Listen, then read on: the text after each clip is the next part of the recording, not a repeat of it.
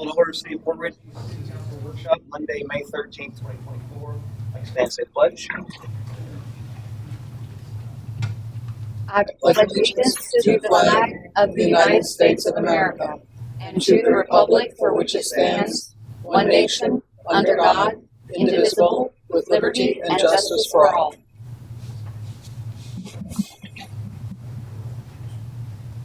Madam Clerk, you take roll, please.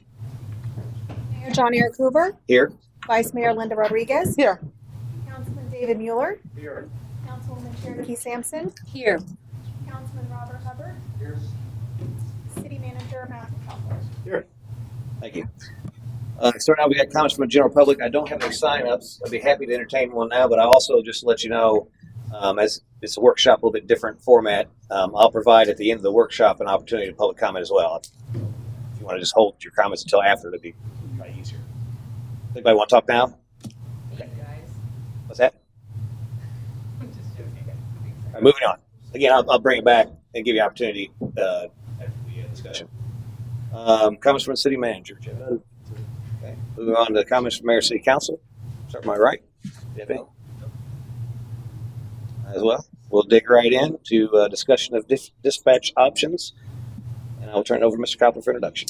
Thank you. This is the continuation of the, exploration council is undertaking to look at ways to improve the level of dispatch to public safety services within the city of Port Richey. Again, I think I may have said during our long first discussion that this really is a longer process than just, here's some information, make a decision, move on, because this is something that is going to have an impact long after a decision is made and will control, I think, a lot of how the level of service to our residents as relates to both police and fire will be dictated.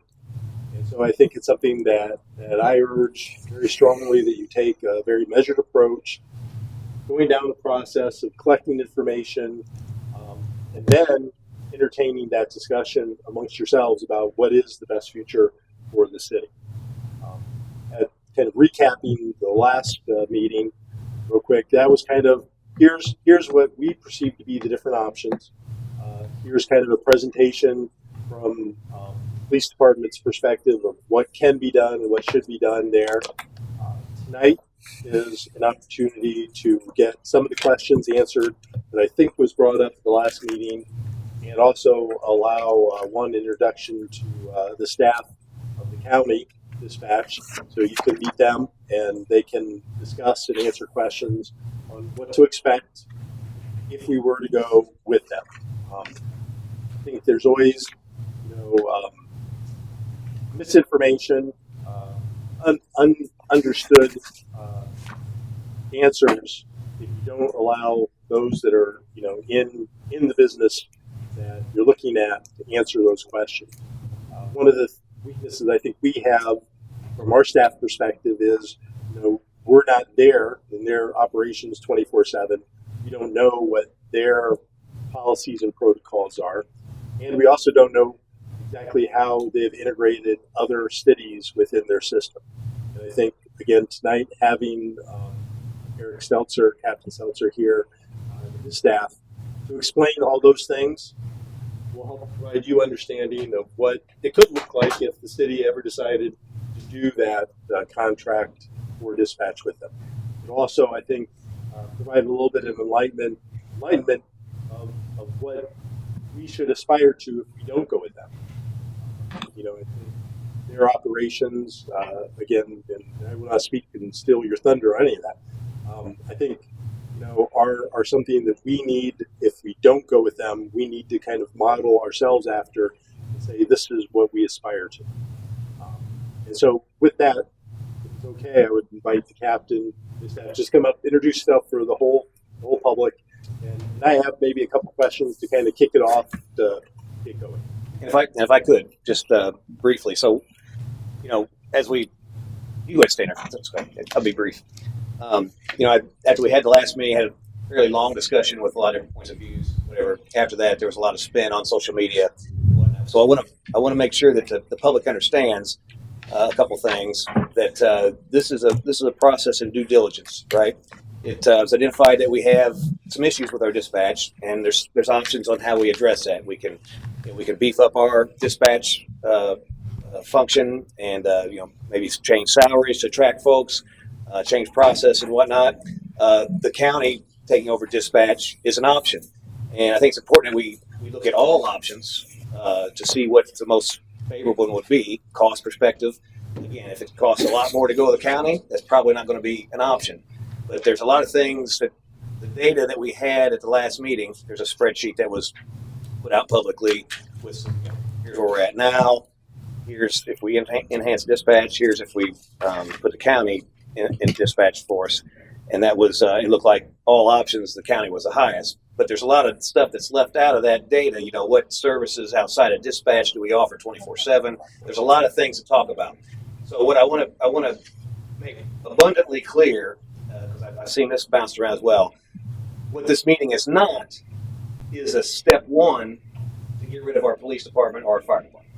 That is not even a brief moment of thought. All this is to discuss is dispatch options, okay? And if we were to decide that going to the county for dispatch purposes, we would still maintain our police department, fire department. That is not even we're not even looking at that. And it's not a precursor to that. If we take this step, that does not mean we're going to go to that step. That's not even a step we're looking at. We're strictly looking at this from a dispatch perspective and how we can provide the most beneficial services to our residents at the best cost, best efficiency, and that. So I want to make that clear that this is not the start of something more than what it looks like. It really is just doing due diligence on dispatch. So I want to make that abundantly clear. I also want to bring out one more thing, and then I'll turn it over to Captain Selson. There is no hidden agenda here on council. I speak for myself, and I feel like I speak for us, council, as well. There's no hidden agenda to do anything here, but just to try to look at due diligence on making the right decisions for the city. Nobody's planted here to try to dissolve the city. Nobody's planted here to try to give up all our services to the county. There was even things said about I've been seeing with Newport Richie Mayor Chopper Davis. I mentioned I had discussions with the county. At the end of the day, it's very important. I think in the past we've lost sight of that as we've kind of maintained our little island mentality. When in actuality, we are a smaller piece of a bigger pie. We need to be able to work well with our neighboring cities. We need to work well with our county. And so any discussions and all that is really in an effort to have a good relationship so that we can all work together. And it's nothing more than that. So please don't take this as something that we're trying to sneak under the radar to do something. There's no agenda here. I promise you. My goal is to do due diligence on everything we discuss. And this is exactly that. So with that, I'll turn it over to Captain Seltzer. Thank you for coming. And Mr. Mayor, I just want to say thank you. You've actually addressed a couple things that I know were concerns for people. As a sheriff's office member and as being appointed by the county commission as the director of emergency services for the entire county, I can tell you are nothing to do with taking anybody over. We're looking at providing the best services we can for all of our first responders and all of our citizens, both cities, county, everything. And it's about dispatch. It's about that consolidated effort. And I'll introduce myself in a second. But if anybody has ever seen any major natural disaster, any school shooting, or any just horrible incident, right? You see them happen, and you read the after-action reports, and I've read tons of them over the years. I've been with the sheriff's office over just about 30 years now. You'll look at the number one failure is usually communication, right? Because you have tons of first responders between firefighter, EMS, police, sheriffs, all responding to assist in this major incident. None of them can communicate effectively because they're not getting patched through together. So years ago, when the county put together the consolidated effort, it was to try and avoid that, to get us all on the same system so we can communicate effectively for our community. And that's what it's about. It's not about taking anybody over or anything like that. It's about providing the best dispatch service we can for the county. Again, I'm Eric Seltzer. I'm one of the captains at the sheriff's office. I've been there 30 years. I recently took over the dispatch center about 8 months ago when I was appointed by the county commission to do so. And this is Kylie Casagrande. She's one of my operations managers. She's been with the center for 19 years, almost 20 years. So she's the expert. That's why I brought her. I'm still learning as I go. I didn't know a lot about the communication center and the whole consolidated effort until I got appointed to take it over, and I can tell you, I've been impressed from the very beginning, and I can tell you, from my standpoint, it's definitely the right thing that we did. But we're here to answer any questions and go from there. So I guess one of the maybe to jumping off point, and then council I know has a lot of questions as well, so I won't talk a lot. Is the other cities are all right now in some form or process either with the county dispatch or going to that, and Yes. the one that's been longest has been Dade City. Yes, so Dade City has been with us since 2013, I believe. Actually, Zephyr Hills comes on at 4 a.m. today, or this morning. They are, we're flipping the switch and they're 100% on, come 4 a.m. this morning. The city of Newport Richey has already, their city council has already approved and signed off on the agreement, and it's moving forward to the Board of County Commissioners for that approval, and then we'll be moving forward with them in the next few months to get them consolidated and on board with us as well. So at this point, moving forward, pretty much every police department, fire department, except Port Richey, will be part of the consolidated effort.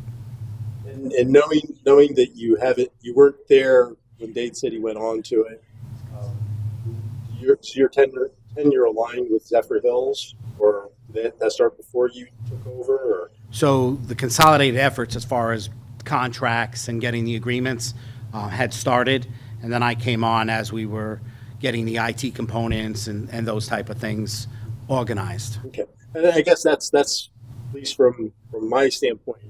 The question I'm going at is, if you could maybe give us a little bit of background or understanding of how that process is. I mean, it isn't just people wake up one day and say, "Hey, we want to come to the county." There's a process in place that this develops. Yes. And that's, I guess, where I'm going with the question. So I guess this is kind of where it starts, right? You guys have to consider all the facts, make a determination on what's best for the city, the public in the city, and all your first responders, and make a decision. Is this something we're interested in? If you are, then we'll work with you to kind of address any concerns, issues, and then at some point, if you decide you want to move forward with it, you guys will sign an agreement that'll go before the county commission. They'll agree to take you part of the consolidated effort, and then we move forward from there. As far as, and you're probably going to get to this, but how the city comes on board and what we do for the city, pretty much that's a discussion we have with you guys. How you want calls handled, how you want things dispatched.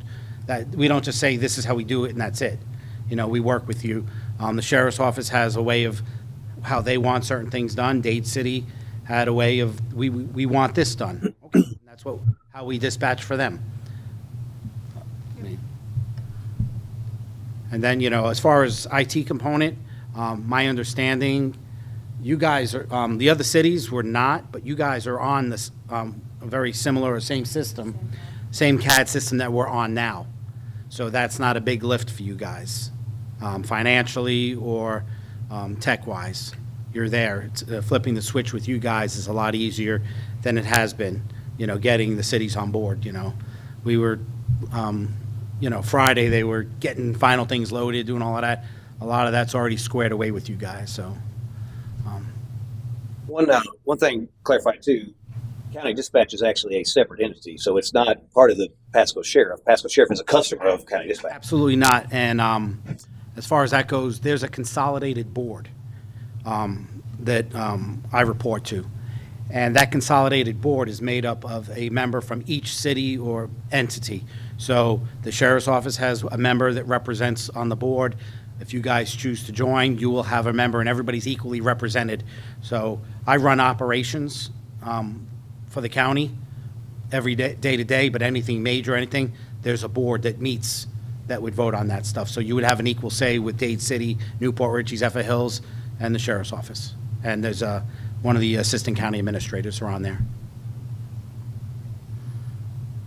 The CAD system you spoke of. I'm sorry? The CAD system that you spoke of, that we went online about 2 years ago, not 3 years ago? Something like that. Does not allow us to speak. Now, you mentioned school shootings that we can't talk to each other. Wasn't that system, we put that system in place to be able to do that? Can't we hear your calls and you hear our calls now? No, the CAD system is not the radio system. That's just the computers, what is being used To see each other, right? So you to can see each other. Right. Correct. But not talk to, no. Okay. But we can see, that was part of the problem. I mean, people keep bringing up school shootings and stuff, and it's kind of scary, of course. But those systems like Parkland that was mentioned last time, they couldn't see each other as well as speak to each other. If that's what I understand correctly. That's what someone told me. Well, there's a difference between being able to see the ultimate would be to see and speak. Yes. Yeah. See and speak, but they couldn't do anything before. They couldn't see each other nor speak to each other, correct? Some departments could, some couldn't. Right. They, remember, incident like that, especially down in that area, Broward, I want to say they have 30-something police departments, so you have so many different people coming and going there. So you may have had some that could see and speak, some that one or the other. I got a couple notes here, excuse me.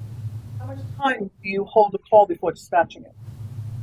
Because what I hear is there are times when there are 30, 40, 50 calls on hold.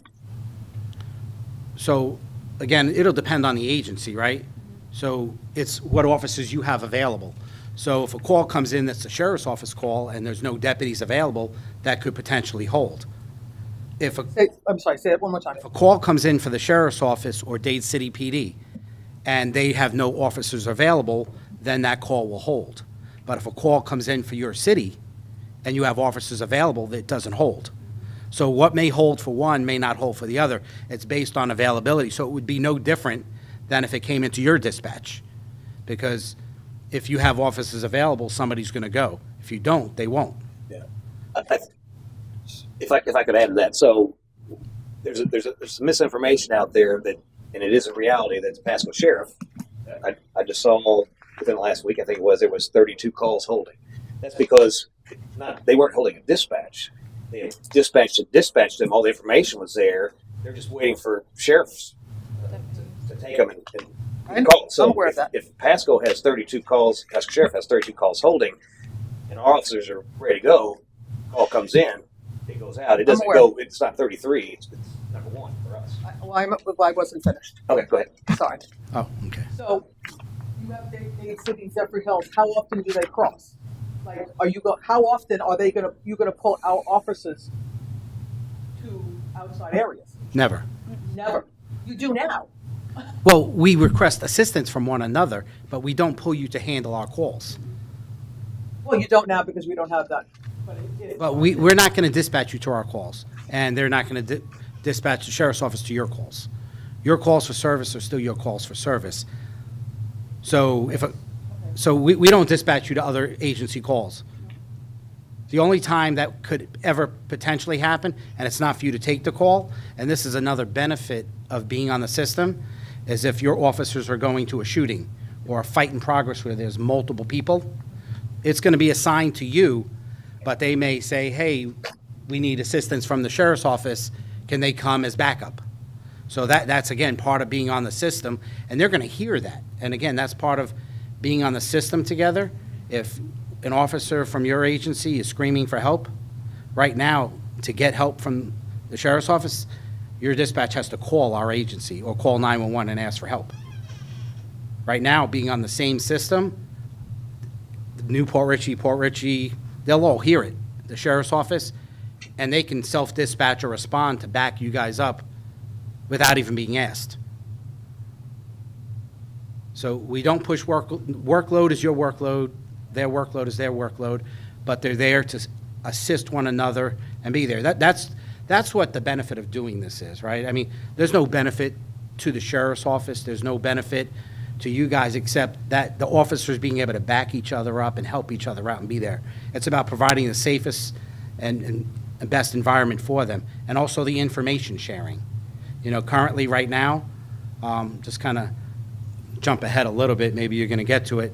if we have an officer down in Holiday that makes a traffic stop, and it's a subject that there needs to be a warning put out on them, that goes into the CAD system, and 2 hours later, an officer in your city stops that same car, they'll know that information. Right now, that information doesn't get shared like that, unless they call and ask. Does- What, Sorry. Since we are on their system, any We see. system updates immediately we receive as well. just so that we can all hear. Since we're already on your CAD system or the sheriff's office CAD system, anything that's entered into the RMS aspect, we can see and view. Any bolos that they put in, we see and view. Certain things, not everything. There are certain Right. blackout Right. things that we Well, can share. If they have a hot call in the county, we can see it. If we have a hot call in the city, they can see it. Because we do share that CAD, we have that basis and data of information. So we can see each other's information. Maybe not 100% of it, but what you said, I thought you couldn't see any of the information, but that's not true. We can see. You can see, again, it depends what it is, bits and pieces, and what is pushed out. And we can also communicate with an individual through the CAD system because they have CAD messaging. So So we can communicate through the CAD because of CAD messaging, like instant messenger. Okay. So we can communicate with dispatch, we can communicate with deputies, they can communicate with their officers, vice versa. So they don't have to call 911. We would never call 911 to ever get help from another agency. We would use an administrative phone line as a resort if Or it's non. either way, you would have to call. We can also use West Universal, Systems Universal on the on the county radio system. We share it. We tether those channels with them. They're monitored by not just dispatch, but the officers and deputies on patrol. To give you an example, if I send officers to a fight at the Pirate Bar, say there's 30 people fully involved in the fight, I'm not going to call on a phone. I'm going to use West or Systems Universal and announce that Port Richey is responding for a 30-member fight, any additional units that you can respond mutually to help us, which is almost what would happen inside of a center, the dispatch center. If your zone that you're assigned to dispatch on needs additional support from another zone that another dispatcher is communicating with, it's essentially the same concept. So we already have that fail-safe in place. Okay. And that's what I thought the CAD system allowed us to do. That's why we paid so much money for it. And that's why I was asking those questions, because I thought that was helped the communication. And we were an island by ourselves prior to the CAD system. And that's what I recall. Just a quick introduction for anyone who didn't meet me last time. Thank you. Or any community. My name is Diane. I do dispatch for Port Richey Police, Fire, Utilities. And I've been with the department for approximately 3 years. Thank you. That's all I have right now.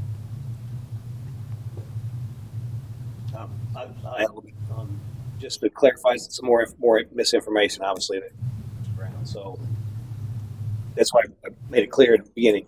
These county dispatch is a separate entity. So Dade City, Zephyr Hills, Newport Richey, potentially Port Richey would all be customers of county dispatch. So those parameters, what our city consists of, our boundaries, that's what their dispatch area would be. So they're not looking to subsidize our officers or anybody else's officers, Newport Richey otherwise, to do county calls.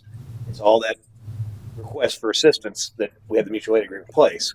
But a rare call comes in, it's Port Richey cops. If it's over here at O'Reilly's, they're not going to dispatch Port Richey to it. They're going to dispatch the county because that's county jurisdiction.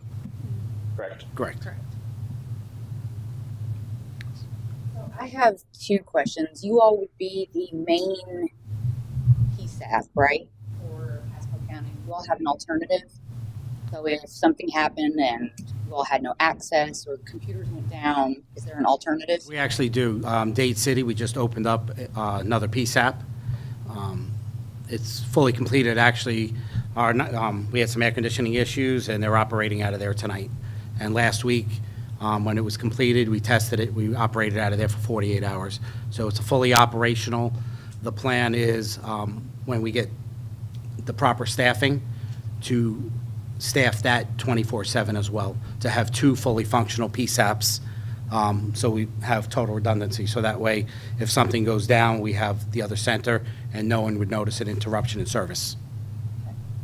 And then the dispatchers on your all's team, do they all have the ability to also properly dispatch fire and medical? Yes. So our, So they're all trained. Yes, Uh, yes. all our members are certified, EMD, EFD, EPD, and Department of Health. Department of Health. We also have a compliance department that grades the calls.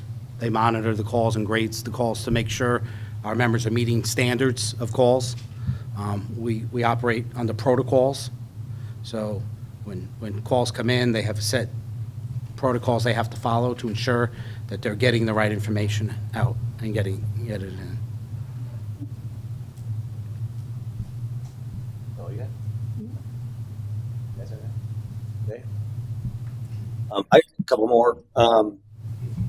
If you could clarify for us what dispatch encompasses, right? And I'll give you a couple examples. There were some things listed out that that if we had you guys doing our dispatch, that we would still have to do in-house. One example would be the operations of the teletype.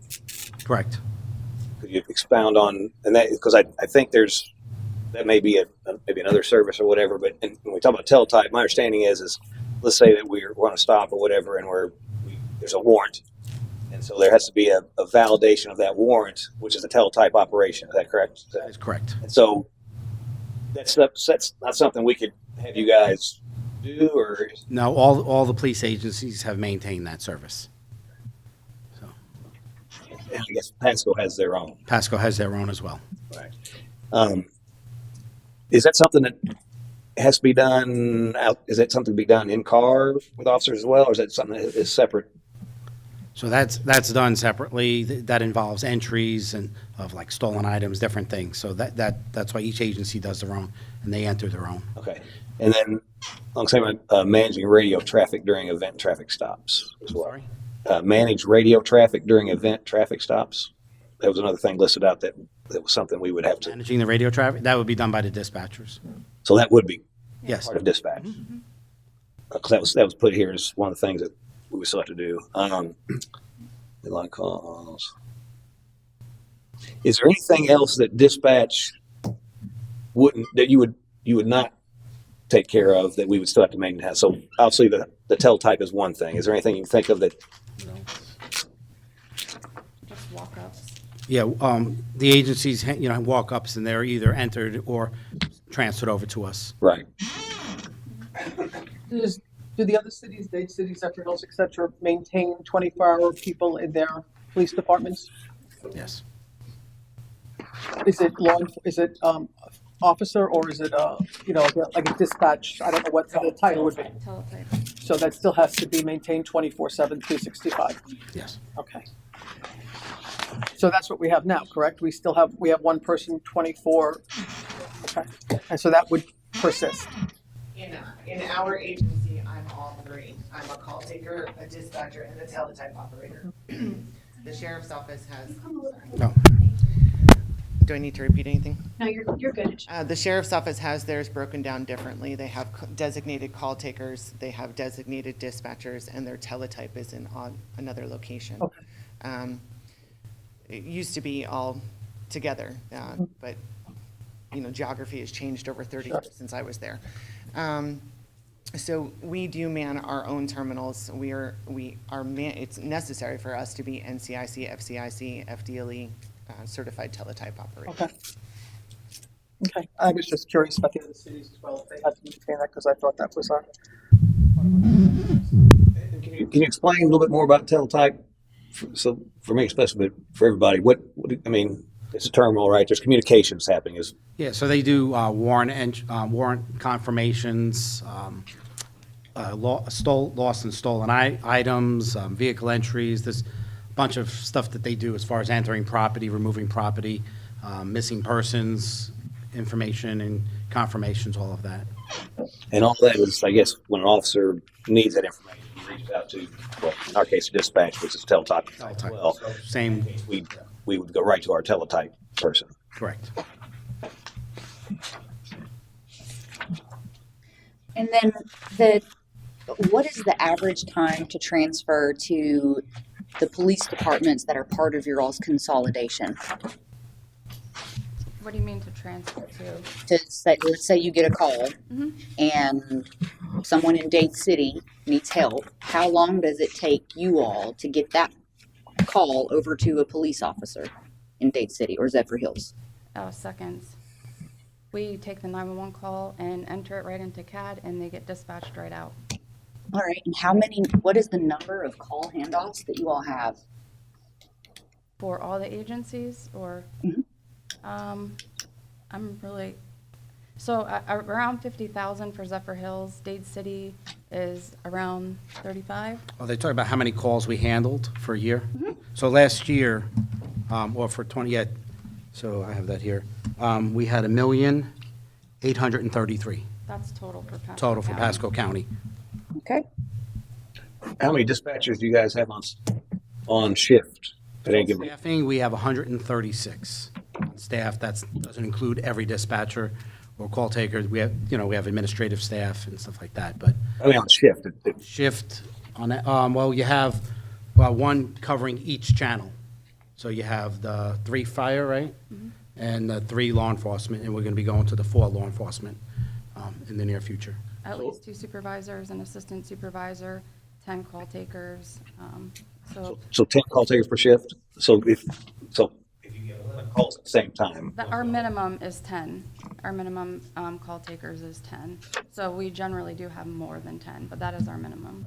have you seen recently or even in recent history where you are inundated with calls that there are some? So and she'll tell you, every agency does. So, example, driving up the interstate, major traffic accident, you can get several hundred phone calls about the same thing. They all come in. So, you can only handle 1 call at a time per person. So just depending, how many come in, and that's for any agency, big or small. Right. So that would be one example of where your dispatch could be over inundated with calls because you're handling a much broader scope, Pasco County, whereas somebody here in Port Richey, they wouldn't run into that because they weren't, something happened to Zephyr Hills and all these people are calling in. The Port Richey caller would be in queue with the rest of those, I guess, right? Potentially. Yeah. Do you have any real examples, maybe of an incident that happened and what the whole time was? They just differ from day to day. I mean, overall, Worst case scenario, I'm up for it. so I can tell you average. So for the 1,833 calls, the average, or 93% of the calls were answered in 15 seconds or less. And then the other, you say it was 93%, so another 7%. It just depends, again. No worst case scenario? I mean, has there ever been where 5 minutes, 10 minutes? No. We talking about a minute? It's within, No more than 90 seconds. So worst case scenario, you're probably looking at a minute and a half. Yeah. And you're talking about a That's worse. small percentage of calls. 7% of that. Yeah. Thank you for that. Yeah. Clarifies it. And is there a way for you all, like, I obviously don't know how this works, right? But is there, let's just say that police and fire did want to separate their dispatch, right? Is there a way that you all would do fire and EMS and not police, or like how does that work? I mean, That's how it works now. So we have law dispatch, and then we have fire rescue dispatch. So when we dispatch EMS to your calls with your fire department, we're dispatching on our fire and EMS channel, and it's separate from our law channel. Okay. but you're talking about if you guys wanted to. Right. Yeah, I mean, that's something we'd have to work out contract-wise, but, yeah. Did you have something? I was just going to ask for clarification if you were talking about just strictly the fire going over. I think that's what I got. Okay. Yeah, But all our I do have a landline, but it's unplugged. And most of us only use cell phones. All of our calls presently go to you guys. Correct. Cell phone calls. Cell phone calls. Not the administrative line, the 911 calls. So we are we are a primary PSAP, we are not a secondary PSAP. So we do receive incoming landline 911 Right. calls. Right, but that, Only the cellular tower calls, because of the geography, Right. go to the sheriff's office. right, and that's what I was saying. So, and the majority of our calls nowadays are cell calls. That is So the correct. majority of our calls are already going to you guys. What? So that's Well, good. right? I mean, am I That's correct? Yes. Yeah. And then you're right, right? Correct. Okay, so at that point, then, so when I fell and broke my ankle, I thought I was talking to them, and I was talking to you guys. And then it has to be transferred over to them. Well, we never got that, Right, oh, okay. because I wasn't nice. Not you. Well, broken ankle probably. Painful. Well, they were telling me to put my dogs away when I was laying in the street holding them, and I had a broken ankle, and I was like, how do you expect me to put my dogs away when I'm laying here with a broken ankle with the dogs? Anyway, so, but anyway, so the calls go to you guys, and then you dispatch them to either our fire or our police. No? Right now, no. Yes. Well, We transfer. well, if I'm calling 911 from my cell phone, it goes to you guys. So then we'll transfer, if it's, That's what I just said. or fire needed, Uh-huh. we transfer the actual call to your dispatch. Right, okay. Yeah, we're not dispatching them. Okay, so you're sending them to our dispatch, and then you guys send it out. Initially, once the address or location of the incident is determined, the CAD will populate whose jurisdiction it is. At that time, if it's determined to be the city of Port Richey, it should instantaneously be transferred to us, with the exception of certain EMD-related fired calls, because we are not EMD, we're not ALS, we don't provide those services. Okay. However, the long calls should automatically be transferred to us. They shouldn't process any portion of them. It takes sometimes a while to figure out, because there are county employees and they're not thinking to look for other jurisdictions. Any incoming call, and this is an assumption on my part, because I would do the exact same, I would assume it's in our county. And it is, but it's not in the county jurisdiction. So sometimes they do process some of our calls, or at least start the ball rolling, and then they'll call over and say, started call number such and such, or Sure. we have a caller on the line. It's variable. And Oh, it's human, so it's okay. And it's the same as well, if we take calls in the sheriff's office jurisdiction, you know, we just reverse that and do the same for them. So I'm assuming there's at least a little bit of dialogue. So the call comes in on a cell phone, 911. Probably answer 911. What's your emergency? They begin to tell you the emergency, and then you probably ask where you're located or whatever. So you hear that, then you realize that's Port Richey. That's when the call gets transferred. Is that okay? Yeah. You guys don't do any intake and then transfer information once you find out that. The location, the name of the caller, and the callback information, and then we do the transfer, correct? So there is an inherent delay because, and then when you transfer, I'm assuming now when you transfer and it comes to you from the county, do you ask those same questions? Or do they give that to you? I feel it's repetitive. We have an ALI drop screen on the VESTA. I don't remember what that acronym stands for. The VESTA is the 911 communication terminal. It's a phone, but in a computer. So on that screen, that ALI screen, it says the GPS coordinates or the location of the tower site or whatever it's coming in from. If it's a landline, it says the address of the property. It will tell us the caller's phone number. It will tell us the phone carrier. It might give some other information. That's attached to the call. I guess what I'm saying is Yes, they it's do a It's a drop screen from one computer that we can see everything on that computer that automatically populates the CAD call with that same information until it is altered or changed in some way.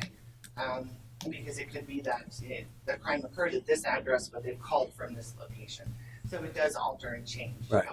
We have all of that information. I personally don't feel that I need to listen to it. I had it. right. But it could be their policy, and it also could be, and I would have to look it up, I have to admit that freely, that could also be one of the state requirements. It is. So I know that at the very minimum, the location, definitely. Well, in the name, obviously, Yeah. you're talking. The location is a state requirement. It was the Denise Amberley law from when that happened. That's why we have to be state certified. Yeah. Telecommunicator. So name, address, and then Location and then phone number, in case we get disconnected, that we at least Right. verify the phone number is correct. and then nature of the emergency or no? Yeah, So you get that. So that we can determine police, fire, and medical. Right. So my question is, when you transfer that, at that point, you have a name, you have an address, you have a nature of emergency. Do you see that, or you have to re-ask those questions? No, I see it all. So you guys are- Unless there's a problem with the software. So you're capturing that as you're taking it. Then you transfer the call. She has all the things, and she can just proceed from there. Hi, Ann. I see you've got a domestic violence call. Whatever. That's kind of how it works. And it's seconds. It's Sure. No, I'm just curious how much information that they take actually flows over. Can I clarify something with Mrs. Rodriguez?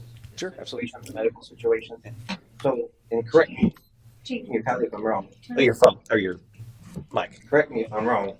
When your medical call, Mhm. when we're talking about law enforcement call, Right. when your medical call came in, Mhm. again, if it's on cell phone, which 95% of them, 98% of them are, Right. it goes to their dispatch. You take preliminary information and then you transfer it to us to dispatch it out, and then we transfer it back to you for the EMD. Correct? No, we stay on the line for the EMD. Stay on the line after they dispatch it, and then you continue with the call for the EMD side of it. Yeah. So you guys really never let go of the call. Not for For the medical. most part. No, For we did medical, not no. go. That's what I was gonna. Yes. I was gonna say that I never stopped talking to Pasco County So Dispatch. She was there the entire time until our fire rescue pulled up, and then they were able to let go.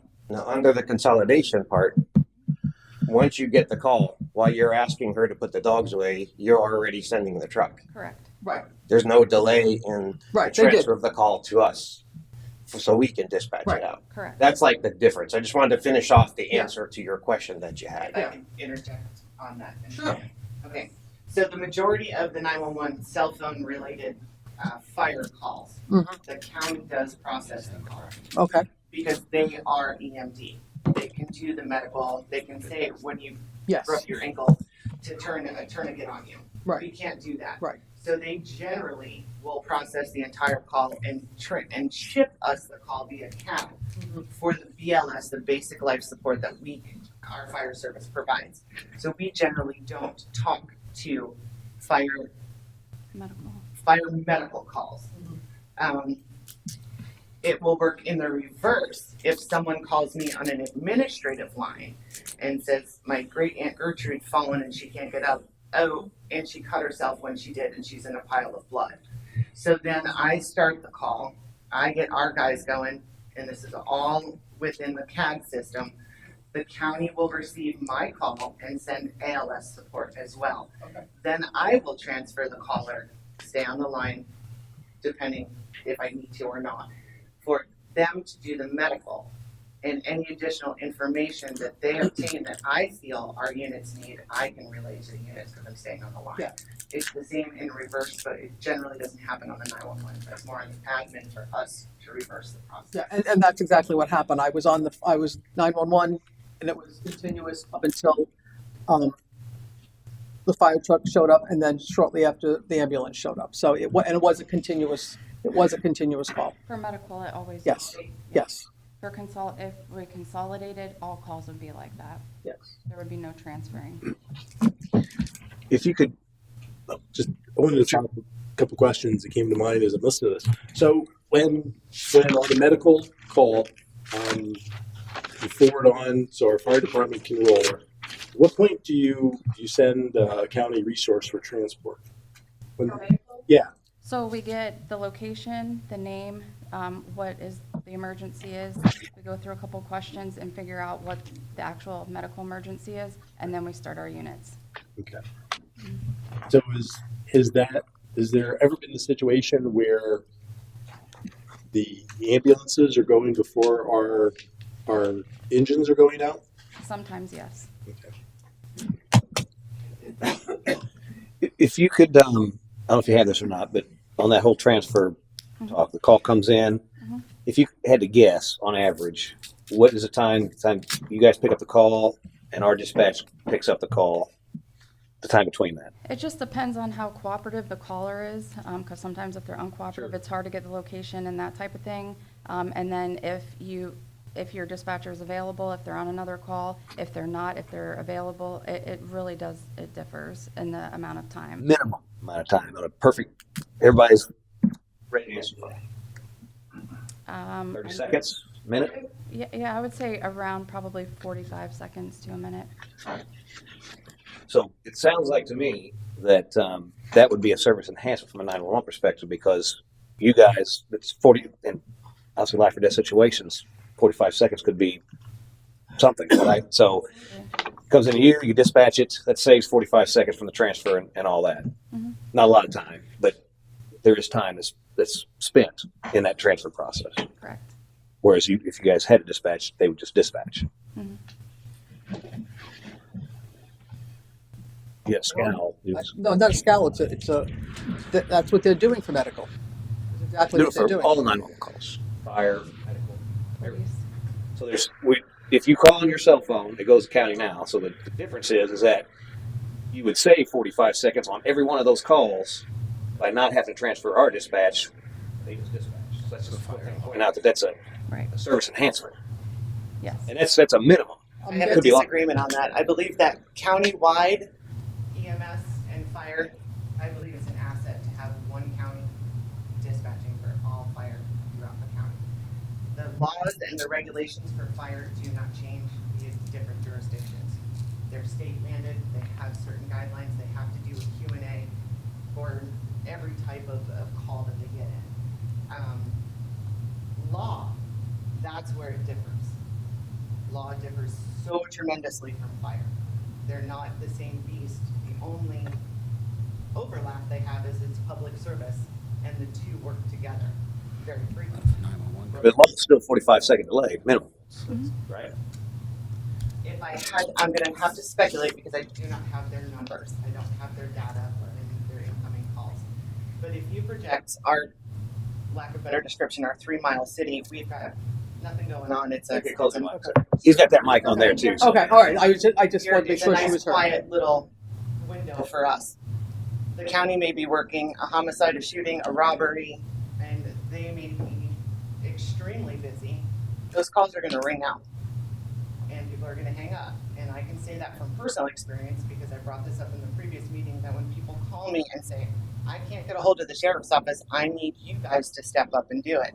My response is, let it ring 30 times, give it 15 minutes, and call back. Because they can get busy, they can be overwhelmed. They're a larger agency and they have a larger geography to provide services for. Fire is very different. They're mandated. They've got 30 seconds to get the call up. They've got 1 minute to dispatch it. They've got 1 additional minute to tell maybe the EMS supervisor, the fire supervisor, the call's over. It's highly mitigated. Very Yeah, but when I call 911, I don't call 911C for cop, 911F for fire. I call 911, and until it gets answered, nobody knows what it is. That's 911. A lot of calls for law come in on admin lines. Not all calls are 911. Come 911. Yeah. Most come 911 because, especially in emergency. I'm not going to look up a number. I'm going to say 911 because I need Right. assistance. I don't get on my And phone. as far as delay goes, whether it doesn't matter what comes in, right? 911. Same thing. If you're on the phone or you're busy, And same, yeah, it's same going to thing hold. for us. So It's that not rare scenario, can happen anywhere where a call can hold, whether we transfer it there or they transfer it to us. The thing, again, it's just, you got to look at what's best for the city, right? We have a lot more, we are busy, but we also have a lot more people and a lot more resources. And our dispatchers are not answering phone calls. They are just answering the radios. Our call takers are not answering radios. They're just answering phone calls. They're not doing teletype. They're not doing traffic stops. They're not doing anything other than focusing on the 911 calls, on the fire department agencies, and on the law agencies. So as an example, she said she dispatches, she does teletype, and she answers the phone. If she's busy dispatching and calls are coming in, who's answering the phone? That's never gets played out with us. Well, You see what I'm saying? We have people that answer the phone, getting that information going. So, yeah, they're taking calls. So. Minimum. yep, that's what they do. Minimum. So, if, she's And that's running all a they do. pursuit, one of your officers are in pursuit, and you have something else coming in, that phone's not being answered. That's not true. Because I will pick up the phone line and I'll ask the caller, are you having an in-progress, life-threatening emergency? As soon as I get the no, hold, and I go back to my detail. I go back. For sure. But I can multitask because I am a trained operator and I've been doing this Well. for 30 years. So I can multitask and I can have 8 phone lines on hold, 3 911 calls coming in. If I look up at the screen and I see that the sheriff's office has got arrows on the screen, that means they're taking the calls at that location. Where I may have a badge on my call screen because I already started a call. So I know those 2 incoming 911 calls are related to that event. So I don't need to answer those calls per se. Yes, I do need to answer them, but they don't need to be my priority if I have a connection with my current caller and I'm already processing that. Those are 2 additional calls about the same event occurring, most likely. You never get And I'm not bashing anybody, but there's a danger to that. If you have an officer involved in something, whether they're fighting with somebody, chasing somebody, doing something, and you're stopping to answer a phone, God forbid he's relaying information or something happens that we miss, and none of us are perfect. You are correct. No, and I have no doubt that you were extremely talented, and there's just an inherent danger with that. Yeah, I mean, if I can expound on that, I mean, don't take this the wrong way in the conversation. It sounds like you're an excellent dispatcher, right? No doubt, right? And you can multitask, but the reality of it is computers can multitask as well. You have one computer doing all the work. It's not really multitasking. It's you're doing one thing at a time. You can't do 2 things at once per se. You could task share, right? But you got more bodies at it, more computers. You're actually getting tandem processing. So while you would put the call on hold to answer their call, they're still on that call, not putting it on hold. Somebody else answers, so it's happening at the same time. So not taking anything away from your ability to do the work. Sure, you're great, but depending on the emergency, Standard practice across the nation that all small municipalities, Sure. we all dispatch like this. And it's just common practice. It's not anything obtuse or abnormal for us. And I've worked in the large call centers, and I've been a designated dispatcher. I've been designated call taker, designated teletype operator, and I've also said, you know what, there's too many calls going on, and I need to help out. So if I'm a dispatcher and my agency's policy and protocol is you don't pick up those phones, you don't. So they're ringing out and getting unanswered. So there's a double-edged sword on both sides. Nothing is ever going to be picked up. So if I could give a real life scenario to kind of bring us in, and listen, I've been with the city, started junior volunteer at 15 years old. I'm not trying to sell a salary or anything like that, but a real life scenario was just the other day, and this is to show you that how, like Mr. Koppler said, we got to be all in or figure something out. Our dispatcher was running a tag, had a call sent over to his screen for a medical call. Because he didn't want to come off running that tag for the police officer, we delayed dispatching the fire department by 3 minutes and 20 seconds. Because he had to run the tag. Because he's one person trying to do 3 things. Yeah, and they end up having to respond the patient into the hospital. That's a real life scenario that happens often. It's peak. When it comes down to our dispatch center is understaffed. Because he can't do 2 things at once. I heard somebody say something the other day, why would you want somebody to listen to 3 channels with 2 ears? And they kind of brought a point that made sense. We're trying to listen to 3 radio channels with 2 ears. and that's a good segue. And it's good to point out that if we were to enhance our dispatch to fix some of these issues or whatever, we can't operate on one. And that's the conundrum, is that how much can we enhance it? Do we have enough work for 2 dispatchers on each shift at the same time? I mean, right now we have a police officer in dispatch. I'm correct, I think, getting paid cop pay, because I think we only have actually 2 paid dispatchers at 3. The police officer that you're referring to currently is on light duty. Right. I think he's been released from that, if I understand right, and he can go back on the street anytime. Understanding. But anyway, point taken is that we got a cop in dispatch now. We've had that scenario for a fairly long time, which has kind of precipitated these conversations. But to your point, in order to run an efficient, well-run dispatch, we probably need more than one, and our size doesn't really allow us to do that. And again, we start looking at costs and how to really have a good dispatch. We may have to have 2 or 3 per shift to handle those one-off times that we would experience a lot less, and obviously the county is doing it on a broader scale. But Like I said, they got minimum 10 call takers. We've got one. So if we get hit with something, we're in trouble. But their 10 call takers are not taking calls for a 2.7 square mile area. They're There was an example there, 2.7 square mile, just right there. I'm talking, thank you. So their 10 call takers are taking calls for the entire county, minus Port Richey right now. But they're not dispatching or doing teletype either.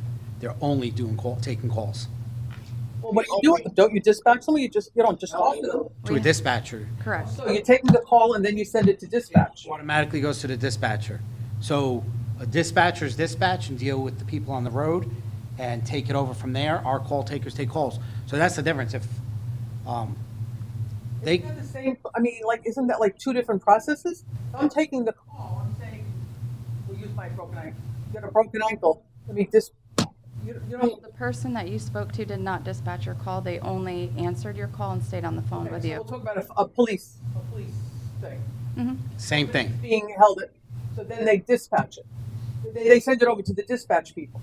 So you get 10 people taking calls, how many people do you have dispatch Minimum 3 per shift? For police. for police, 3, and minimum 3 for fire per shift.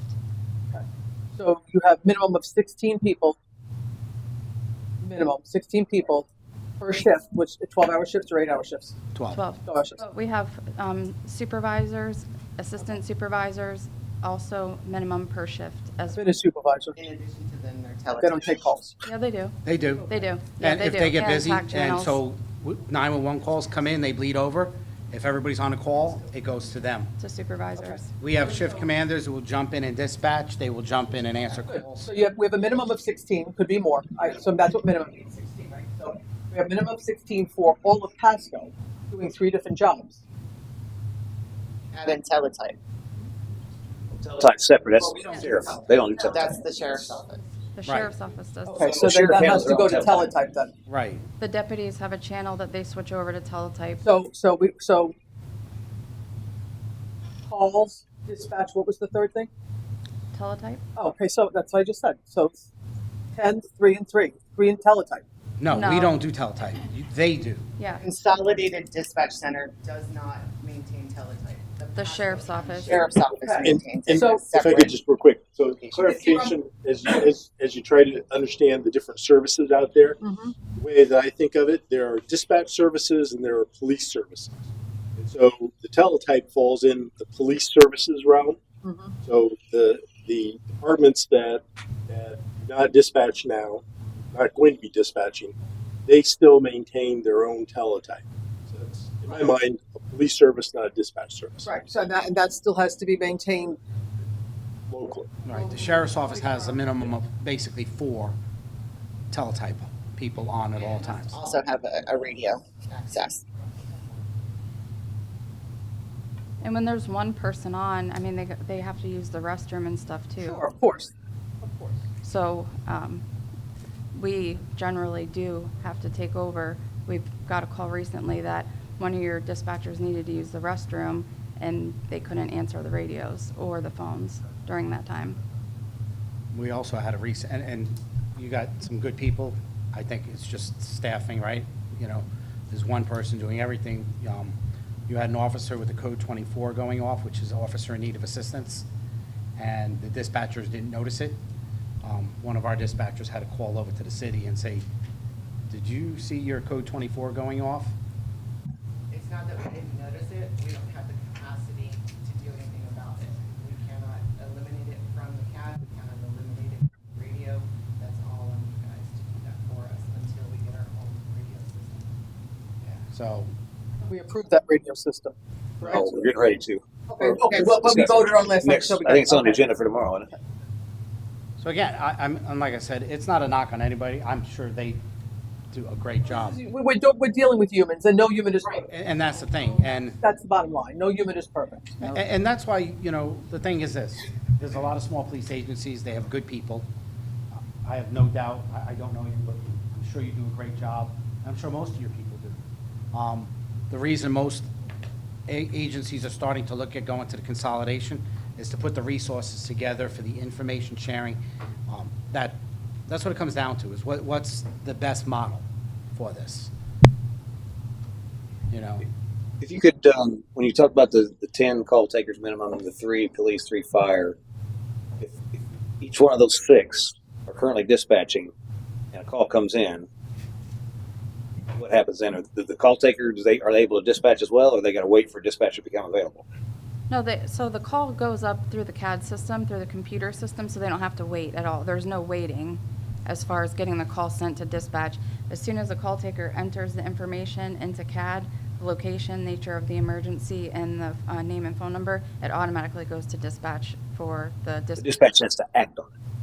Right. So in this case, Their sole job. So they sit there, a call pops up, they review the call, they send the units out. So it either goes to your dispatch if it's Zephyr Hills or just regular county. It goes to our, right presently, it goes to our CAD system and our dispatchers see that. Is that correct? Well, when we transfer the caller over, No, when you said, when you're putting it in the system, the location, name, etc., it goes to dispatch. right, It goes to the CAD ours doesn't automatically go to your dispatch. No, but it goes to the CAD system, which our dispatchers see. Right, so we have to transfer the caller over, they pull the call up, and then they take the call over from there. That's not how I understood it.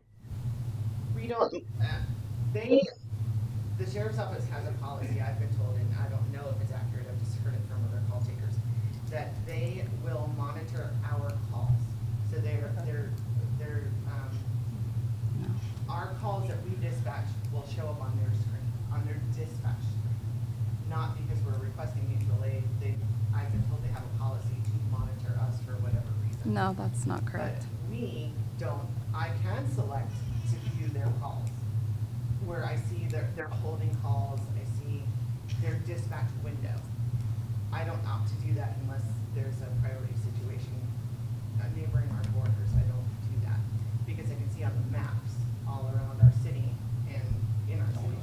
I can see all of their calls on the screen Arctic as would a little monitor it. emblem, not the call where you're Real reading time. the words. See what the officer is. Not right now. But my question was, the 911 call, and you're typing the information in the call and the nature of the call, name of the person. You're putting that in the CAD system. CAD system, Correct. which we have, so that they can see it. No? Right, but somebody has to make contact with them to let them know that we are taking this call in order for them to pull the call up in CAD and view it and take over the call from there. so there's that time delay. Also, the other thing that, you know, we have, because we have our minimum dispatching requirements, but if one of our officers is in pursuit, we have a major crime scene or incident, they move that off to a TAC channel.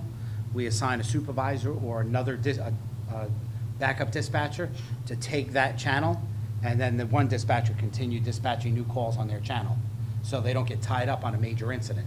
So, you know, if you have a pursuit going on, that's done over here, that dispatcher that dispatches primarily for that channel is out, and it goes to somebody that handles nothing but that major incident. And we continue forward with services. If there's a major homicide, same thing, or whatever it may be. Same with fire. If you have a major fire, it moves over to a TAC channel, and that assigned dispatcher or assigned person monitors specifically the services needed for that major incident. that's above and beyond the 3 and 3. Yes. So it prevents the 3 and 3 dispatchers from being tied up on a. Yep. Correct. The goal is to never have them tied up. So really, it really is. Call comes in, dispatcher gets it, boom, sends it out. Next one, they're just moving stuff around, and if there is something that they need more time on, it gets transferred to the other thing. Yeah, we don't want them tied up, so if something's going on, as soon as they can get it over there, and then, because they have all the officers in that district to monitor. Right. Which we don't have that. It's all you or whoever's on. You do all. When it comes to fire, because the fire works with the county so closely that they're almost the same entity, lack of better description. So they utilize the TAC channels the most. But our dispatchers are supposed to maintain control of us because they're our dispatchers, but a lot of the times they're too busy and they can't. So sometimes the county has to take over, and there's been times that the county are like, we're busy, this isn't our call. Right. You're gonna have to have your dispatcher switch to the TAC channel. So then that plays out more than it should. For law, it's different, again, the different beast. We're less than 3 miles. Our units don't generally get into pursuits because we did, by the time the radio transmission ended, we'd be out of jurisdiction and most likely not going to continue the pursuit anyway. Our population is much smaller. We do have less high priority situations like murders. Not to say that we don't get them, because we do. So the utilization of TAC for us is generally when we're AOA with the sheriff's office. In our units, it's literally changing a dial on a handheld radio and you switch TAC channels. It's not an elongated process. It takes fractions of seconds. And you can also monitor both channels on a device. It's called scanning. So the fire department can scan. Their noise is very different. So if they have an active fire, they have lots of noise going around. It is more difficult for them to hear. But for law, our guys scan the sheriff's office all night long anyway. And some of the sheriff's office will scan our channels. It's variable, it's dependable. And the channel you have selected is the channel that takes priority when there's a transmission. So if I'm monitoring 2 radio channels and say it's my local, it's my channel, I'm your dispatcher and you're monitoring me, but you're scanning the TAC channel. As soon as I start talking, it mutes the TAC channel and you're my focus and I'm your focus. And it's designed like that for officer safety purposes. So utilization for TAC channel for our law enforcement size, we like it, we use it, it's a wonderful tool. When we get our new radio system, I will be able to have control of that TAC channel. I won't have to call the sheriff's office or type them a note in the CAD system while I'm answering my 911 calls and my other walk-ins, because I do have to ask that, and say, can you open a TAC channel for us? It's seconds, fractions of seconds is all that it boils down to. Again, the fire I don't side think the issue is the switching very, of the very channel. The issue is the ability to monitor the channel and take control of the call. That's the bigger issue that he was discussing. I had a brush fire the other day that I'm trying to guide resources to, and I have law enforcement things that were taking priority that were just information for for police officers. Yes. But here I am, I'm trying to guide resources, and again, it's not about the switching of the channel. It's about the ability to monitor that dispatch channel, listen to the orders that were given, and process the orders without interruption. That's We have the capacity where the ability of extra dispatchers. to put a second dispatcher in our center. Yes, that's The 3 of us that are the full-time designated dispatchers currently, along with the chief and the captain, we're more than willing to occupy that with a fire dispatcher that's fire trained to provide those services. And we're still going to be working tandem together because our certification through the state of Florida is always the same. There's no difference. The on-the-job training that makes a fire dispatcher versus a law dispatcher. We've got 2 consoles. They're fully locked and loaded, ready to go. We can do it at any time. They have their own radio. They have their own radio channel. They can talk on each other's radio channels. Again, simply changing a dial. So we're fully loaded. All we need is somebody who can provide a curriculum to train us on the fire aspect to be more centric to fire. And if we have designated fire dispatch for that channel, that would eliminate certain portions of their concerns. However, again, the state laws do not change by city and county for fire and EMS and ALS. They are maintained the same and they must follow those state guidelines. So why not take just the fire department, put them in the county? The majority of calls that our fire department responds to, county mutual aid calls. No, it's not. We don't respond to county mutual aid. Our mutual aid volume is roughly at its highest in 2021 was 1 call every 2 days. That was our average. We don't respond to all mutual aid calls. Sometimes what happens, like today, the dispatcher will put in a call in the nature code system as the wrong call type. That's what happened in reference to today. So it got toned as a mutual aid call that was actually in city jurisdiction because the wrong nature code was used. What's the nature code? So a nature code will describe in CAD, correct me if I'm wrong, Kylie, it's what tells Purvis, which tells us it's a nice one. So what, for you guys to understand on the fire side, one thing that we did gain by going to the county CAD was Purvis. It's a very expensive system that the county kind of, I don't know, kind of gave over to us. And what happens is when our dispatcher, so this is something that does help our dispatcher currently, because back before Purvis, they would have to hit a tone box and then voice where they needed to go. Now they don't. They type in PRE space D, and it dispatches the call, and there's a voice that comes over our alerting system that says, Engine 42, respond to such and such for such and such. That 4 is what tells us what resources we need to go. As you guys know, we're the only department inside Pasco County that has boats. We're also the only department inside Pasco County that has rapid divers and a water rescue team. So we are utilized for that. Well, if it's not put in as a water rescue, do you think I'm going to be walking towards my boat?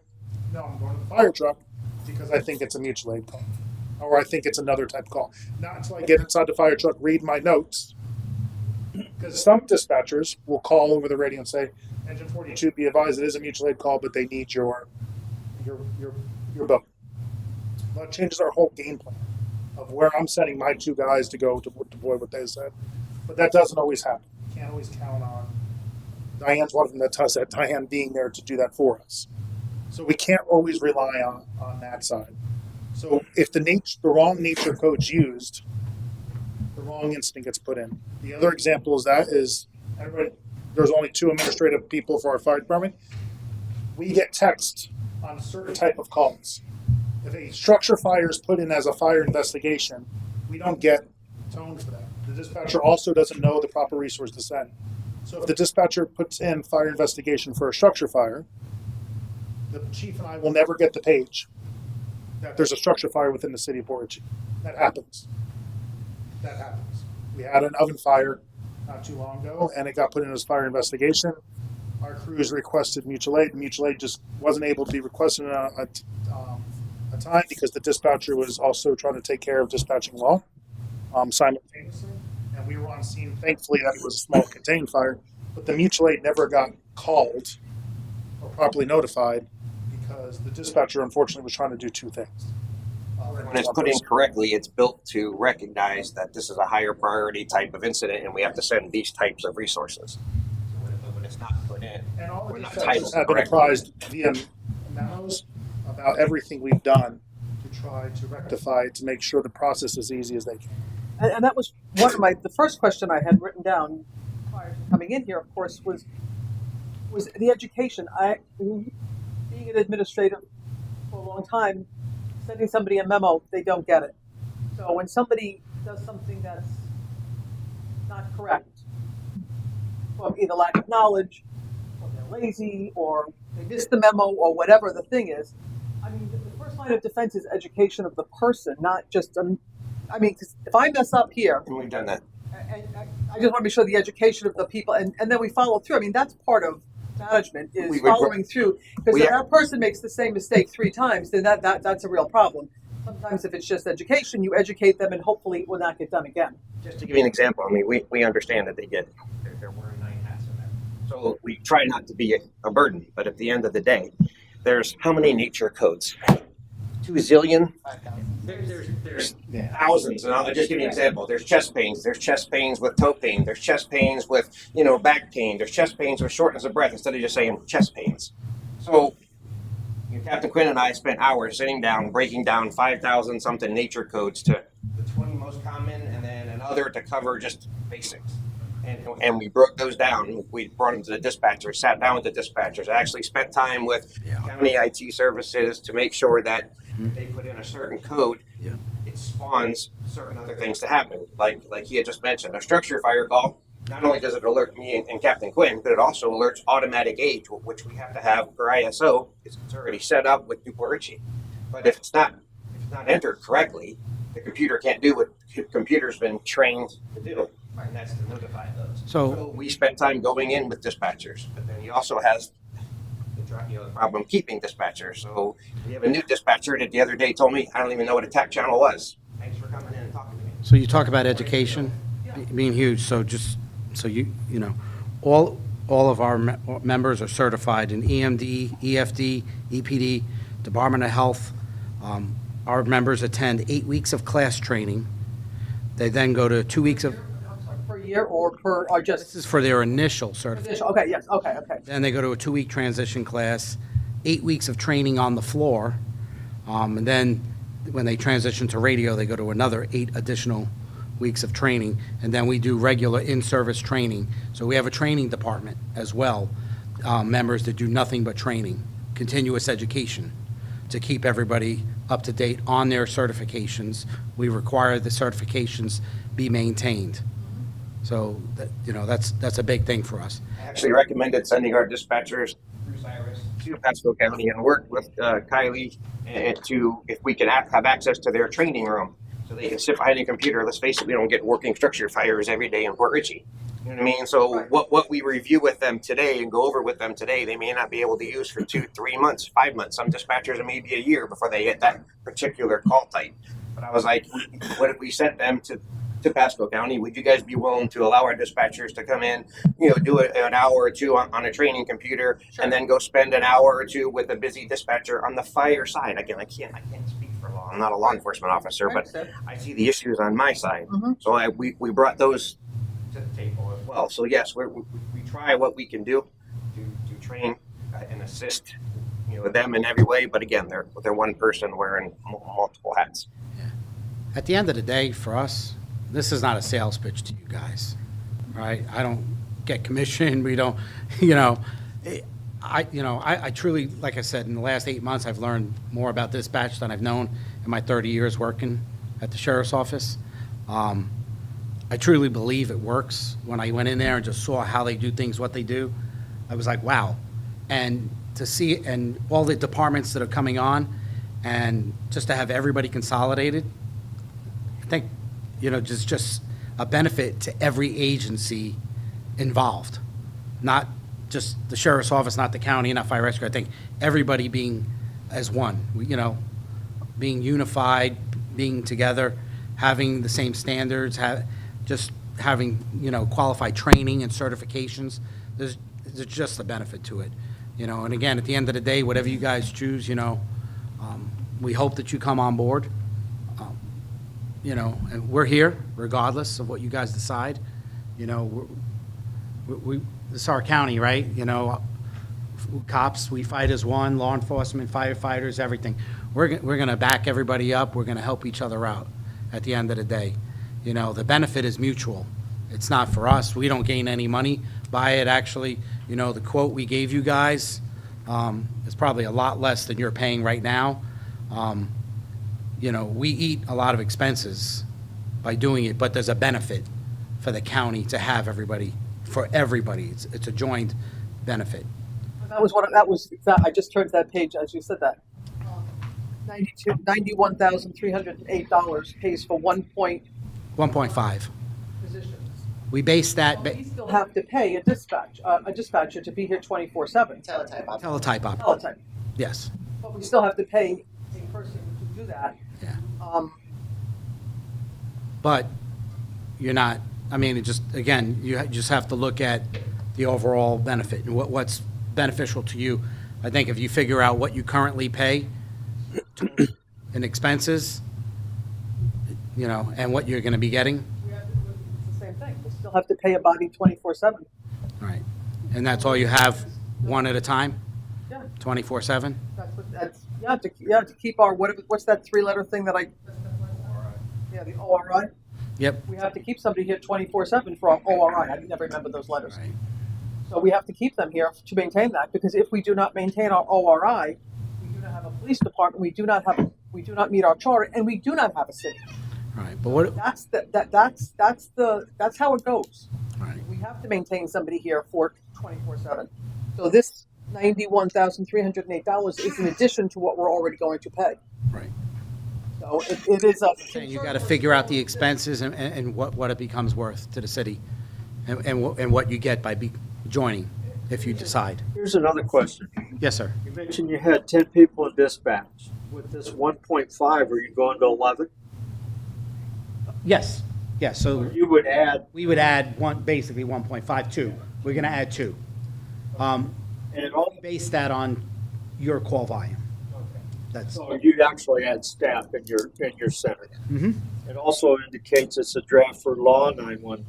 Is fire included in this as well? I believe so. I'd have to look at it. Our IT guy Jody had put that together. He wasn't available to come today, but I believe that is for everything. Well, does all your dispatchers have both trainings? Yes, they go through everything. So any dispatcher, whether they're working on the law side or fire side, they can do either or. Yes, they get Be on fire one night and law the next. in everything. Call taking, dispatching, everything. Who they hire would be able to do both. Yes. Well, the 1.5 staffing purposes, that person doesn't work 7 days a week, so that's where the 1.5 comes in. There's a different additional staff for that. Yeah, so I mean, the person has days off, that's where the 0.5 comes in, vacations. Well, we based it on, because we based it on your call volume, based on Yeah, one. the increased would be. One, but the 1.5 covers their days off, their vacations and stuff like that. I gotcha, don't worry. I got it. Okay. I've done staffing for over 20 years, I So 24/7. this is a question for our police. Does our dispatch enter like the local warrants for traffic violations, things like that? We do not enter warrants.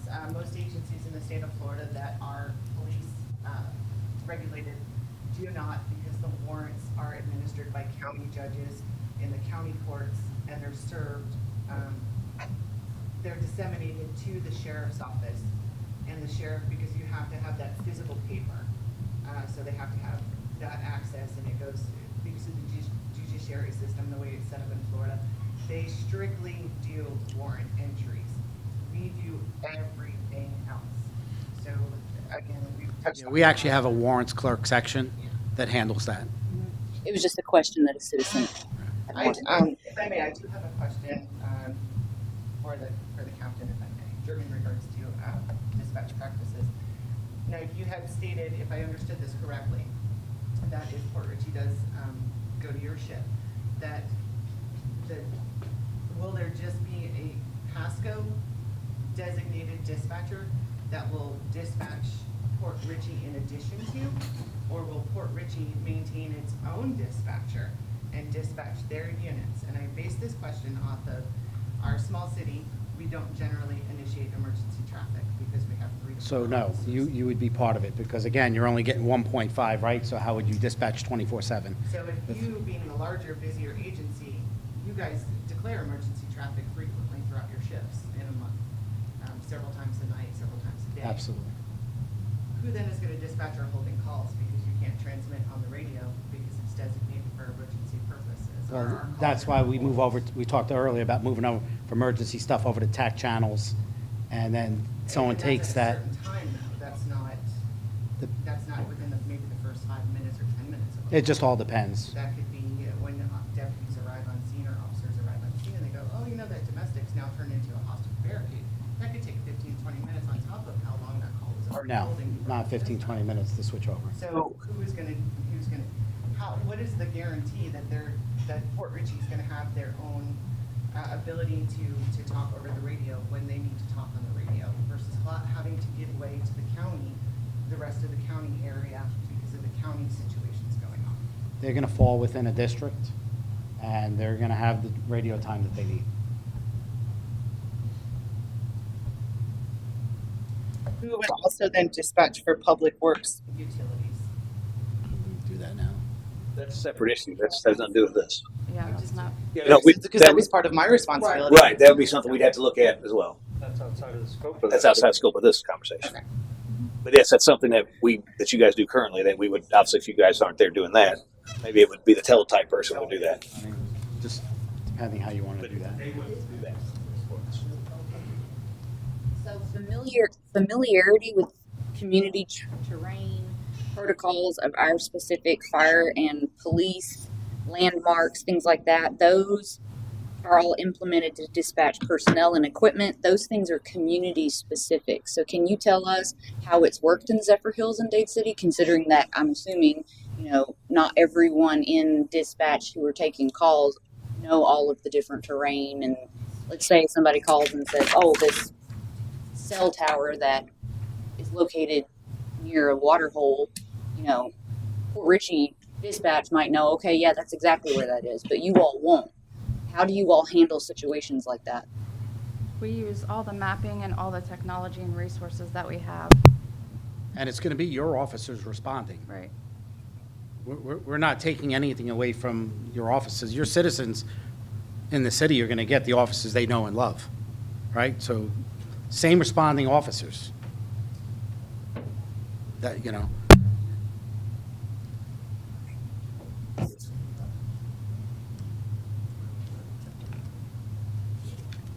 If I go back to another question, so I'm a little bit confused. When you say we have 3 dispatchers currently, is the one that's on light duty, that's no longer on light duty, is still in dispatch, is he included in those 3? So if we have 3 dispatchers, why do we have a cop in dispatch? We had 4 dispatchers until probably about 2 months ago. We had 4 full-time dispatchers, and the young lady in training decided that job wasn't for her. So the last time we had 4 full-time dispatchers was about 2 months ago. So he's in there. He's been trained. All the law enforcement officers that work in dispatch have been trained in order to handle the calls for service and dispatching while they were on light duty. That was one of the things we did. Is anytime somebody's on light duty, we put them in dispatch to learn how to handle those types of situations. How many dispatch shifts are they? 2. And they run the same. They run the same as our law enforcement, 12-hour shifts. And So you they need work 4 the same in order to cover minimum 4 Right. dispatchers, whether they're cops or whatever. You have 4 people doing dispatch. Correct. 2 are off. So how's One that? day, one night. And then Depends on the off. depends on their long week or Right. their short week. They work 6 or 7 days at 2 weeks. No, they work 7 days a week. Like, so 3 and 4. 3 1 week for the next. No, it's 2 1 week and then 5 the next week. It's just the way the shift is laid out. The same thing as in law enforcement. Sheriff's office is the same shifts. We do 3 1 week, 4 1 week. We do the Panama schedule. And then you said the IT guy, he wasn't able to make it here tonight. It does say in this draft proposal that costs do not include IT technical support or training. That's a separate agreement. Can you comment on what that would look like, the extra cost that would entail? I don't have the exact cost, but you guys are already on the system, so that was part of that. Like, so just Zephyr Hills had to go get Axon.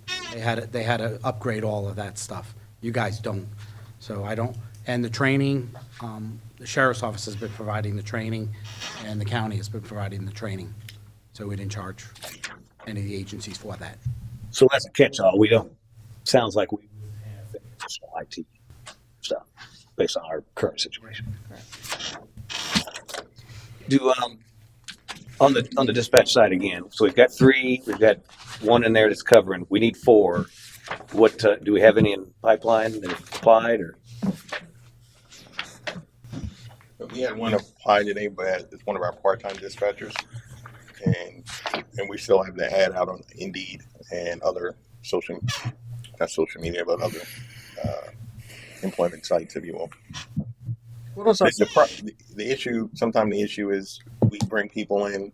What we started doing was having them sit in after they sign a confidentiality agreement for like 4 hours to see if they are capable, if they want to move forward in the process. Because prior to that, we would spend the money and do the medical and do the drug and do all the background investigation. And they go in there, we have one girl work 1 day, 1 shift.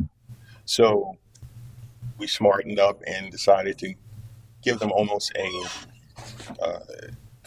so we can interact with them as far as training dispatchers to see, in fact, if this person has the capabilities, and then vice versa, see if that person does have the capabilities of multitasking and to handle, as they say, they have multiple people to do different things. So our dispatchers do it all.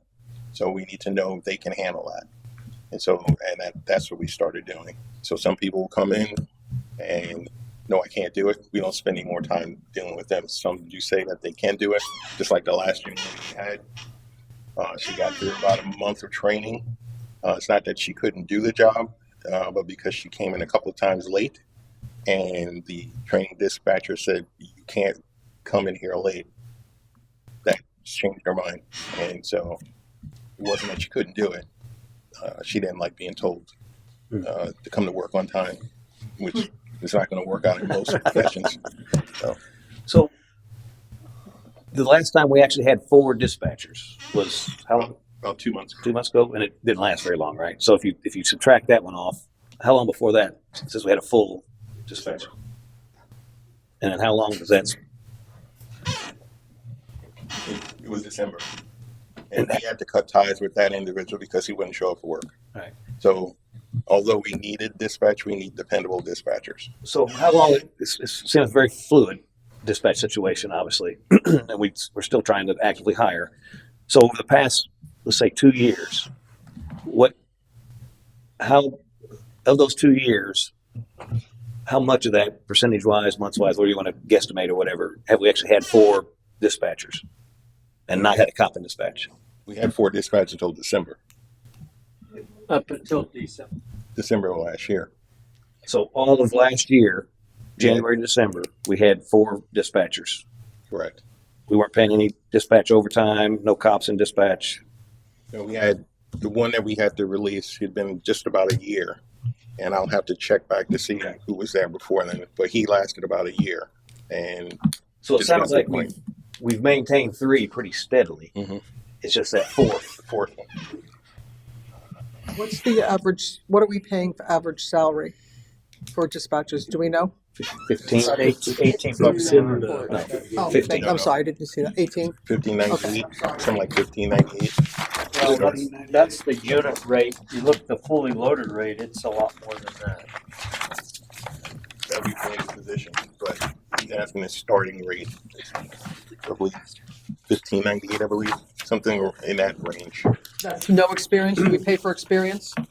Let's make believe she Just wants to like come when- work for you. just She's like got all when this she- experience. Does she start at 15? The current Okay. the current Sorry. range is 1516 to 1842. Thank you. Again, that's just salary. It's not the benefit. Right. So that's all we care about when we're working. So, Kevin, my understanding is it's a global problem getting dispatchers hired, right? That's standard. I mean, we typically always have some openings. It's a stressful job, a lot of turnover.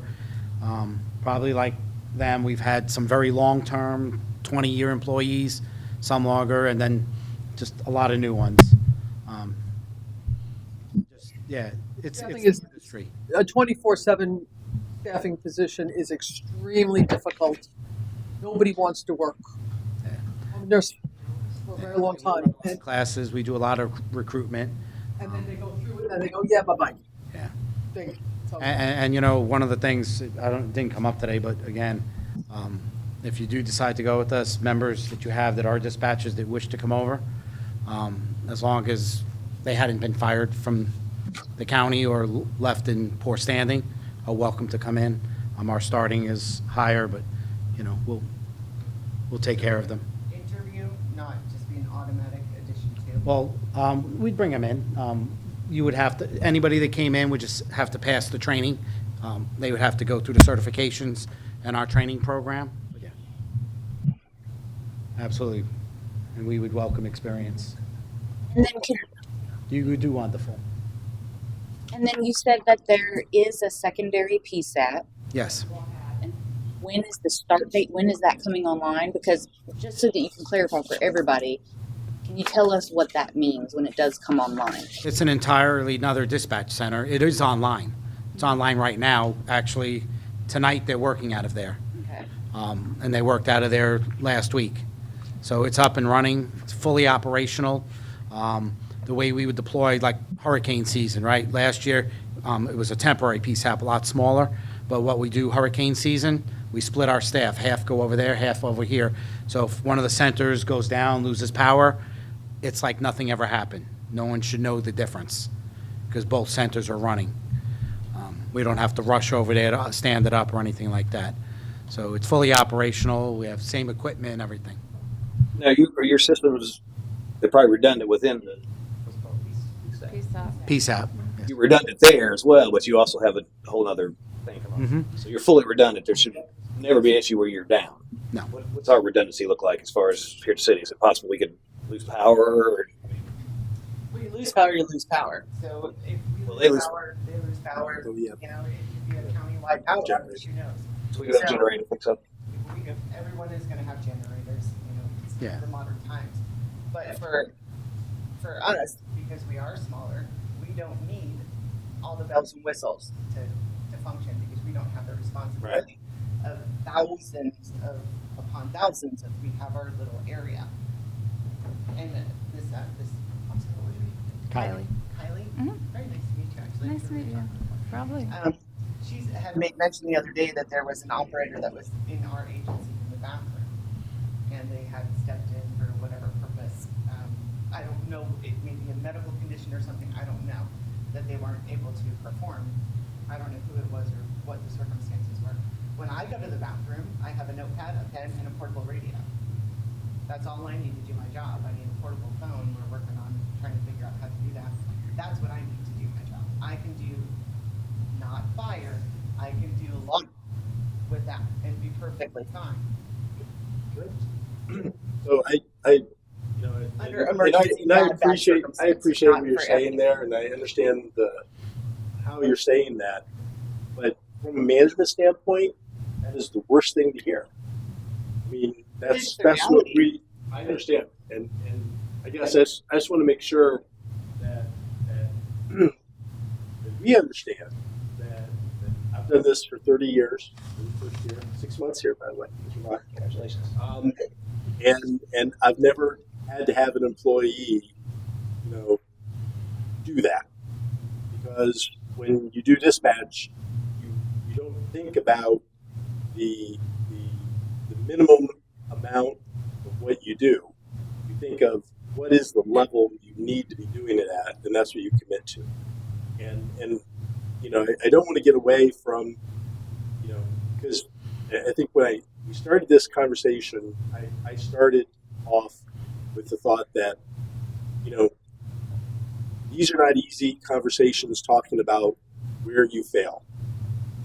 It's hard. And what I said was, this isn't about any individual. This is about a system. This is a system failure. And it kills me when she said that, and I had to speak because the other agencies I work for, have state to do that. agencies, And we shouldn't have to ask you to do that. we did it with FWC, a state-based law enforcement agency. We had portable headsets, and we wore headsets to the bathroom and put the phone. Well, that's it. Would you like to be able to go to the bathroom without taking your job with you? It doesn't bother me. Well, I get that, but It's an industry ideally, in standard. an ideal world, it'd be nice to be able to do And, that. you know, So- it is what it is. Right. So you get the job done. We're not, at least my generation anyway, we're workers. We want Sure. to work. We don't provide the excuses. We do the task and we look for a solution if there is a problem. We're not going to whine and complain when you're home with your families. I know y'all are taking your phones to the bathroom too. Granted, it's not a professional environment, but it gets the job done. And that's the bottom line. That my staff goes home at the end of every shift. That every community person that I come across, either on the phone or in the background of the radios, whatever the scenario, I'm getting you safety. I'm getting you help. And it doesn't matter what my inconvenience or intolerance is. I don't matter. I'm a public servant. I matter to certain degrees. My comfort is never going to come above somebody else's safety. Yeah, So it would that's be what it would be remiss of management to force those conditions upon you. Now, if you're willing to do that, and I commend you for that. That's great. I take my phone into places I probably don't need to continue to maintain contact, and that's, you know, there's different work ethics in each individual. It sounds like you work very hard. I work very hard. We all do, right? But it shouldn't be something that we force upon you. So I think expected. right. It's not expected. Definitely not expected.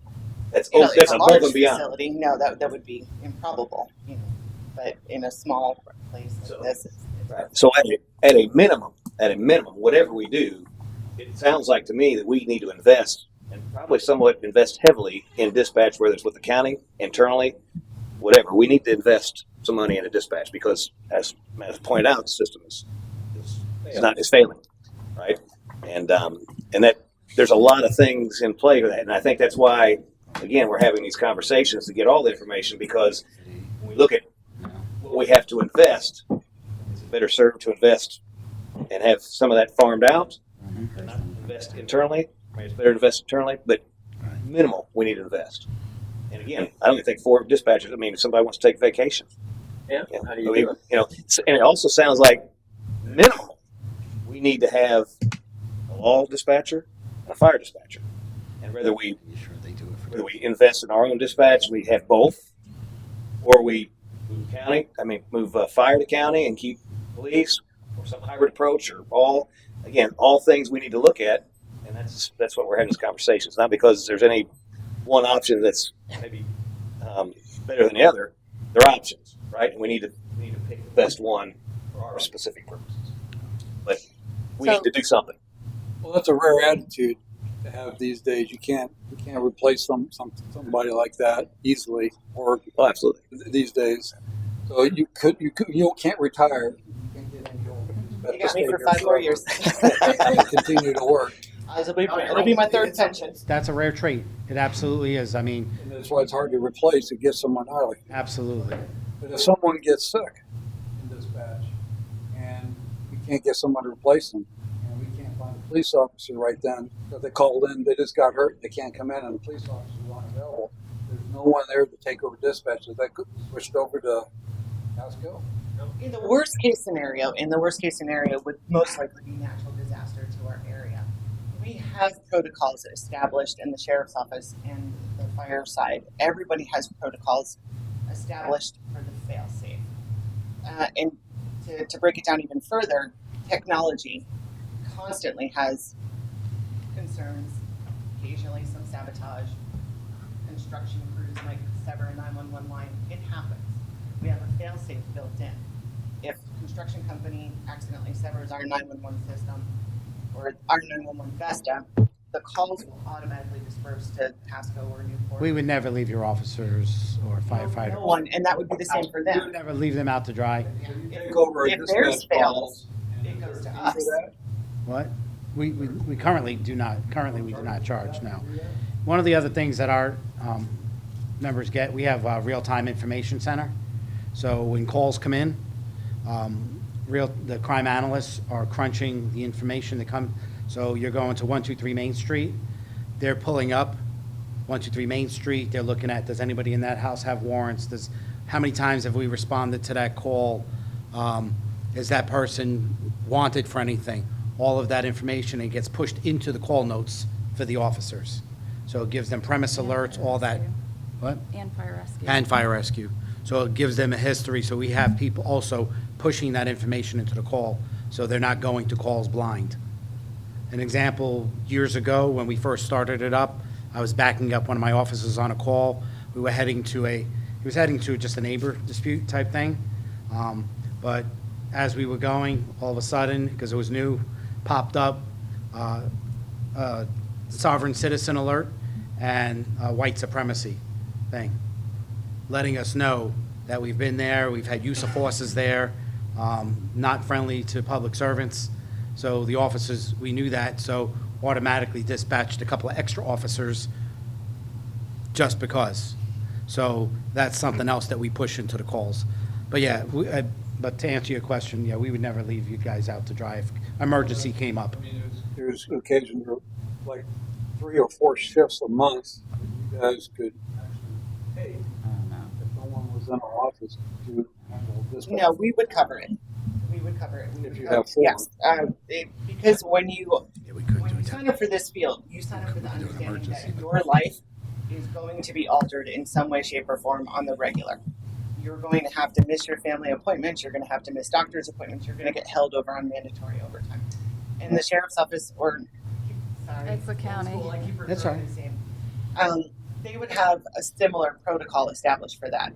If their minimum staffing goes below 10 for call takers, they're going to bring people in on overtime and hold someone mandatory if they need to.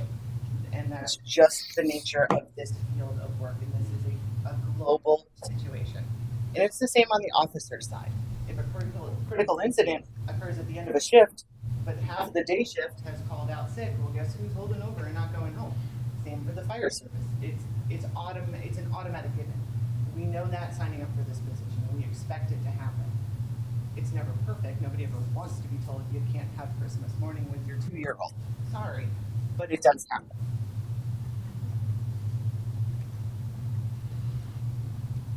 Not a perfect world. Basically what it is, when things happen. It's nice to know that we're covered. Is there any other specific questions that need answered? Everybody, At the moment, I think all my questions were answered. Thank you. Well, thank you for having us here. Listen, I hope we were able to answer the questions you had.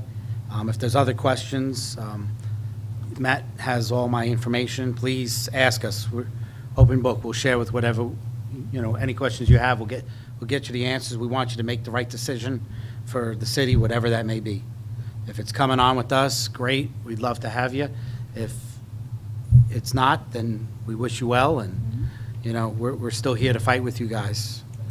Fight as one out there. And we're going to do what's right regardless. appreciate your willingness to help and your service for sure. Thank you, sir. Appreciate it. And I'm sure we'll be having more conversations about this going forward. Absolutely. So thank you all, and we'll get out of your way. If you don't mind to stick around, I'm going to open up public comment to see if there's anybody. Oh, yeah. Does anybody from public like to speak? Show of hands. You guys find out who wants to go first. Here. If I would just for 1 second, thank you very much for your time. Thank I appreciate it. It was so nice to meet you. Put the name to the or face to the voice. Todd McClary, 8731 Betty Street. Wow. Haven't seen this in a while. We ain't taller, Mike. I know, it's broken. You need, there. Couple things to keep in mind high level. One, and nothing against the county or anything, it does seem like you have an additive cost of about $0.25 to the tax base, whether you find offsetting savings or whatever, but at the end of the day, it's $0.25 of a tax increase to go to county over compared to what we have right now. I think everyone can agree what we have right now is not necessarily sufficient. I know even when I was on council, we were always talking about increases for salaries for the dispatchers to try and make it more lucrative. I understand it's hard to get to the county level pay, but they always, that's been a discussion for years.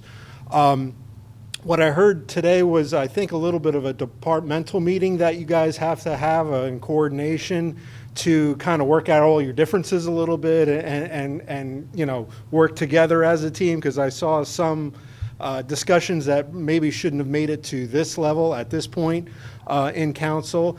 But I agree that, fire and police need to work together if it's additional dispatchers to aid in that. Perhaps you can get an additional dispatcher sitting in so this poor woman can use the bathroom. And, it seems like cross-training is a feasible alternative between all of the dispatchers for both fire and police, especially if there's an additional dispatcher there. Does that additional dispatcher cost less than $90,000 a year? That's for numbers to be run. But the other component, I think, or other components that I think you need to look at is these people are swallowing Zephyr Hills and Newport Richey and several other cities, I believe, that are currently in process. It may be a good idea to wait a little bit before jumping in on the boat and get some data. Has their response time slowed? Yeah, they've been with us for. Yeah, Dade City, I won't go into Dade City right now. They have some issues. I think Newport Richey's a much closer representative to us, or Zephyr Hills is much closer representative to us than Dade City, personally. But, you do have that data, and that data should be analyzed as well. The other portion you should look at a very high level, they have 10 call takers minimum. I understand, 10 call takers for 530,000 people, population of Pasco County, roughly.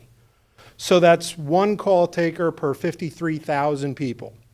Right now we have one call taker for 3,000 people. At a high level, the ratios, kiss my butt with that. At a high level, the ratios kind of lean themselves towards keeping it local, especially if you're increasing your number of call takers. If you go to 2 to 3,000 or 3,500 people, that's 1 per 1,750. They just can't achieve those. They're too big. And I get it, you're efficient and everything else.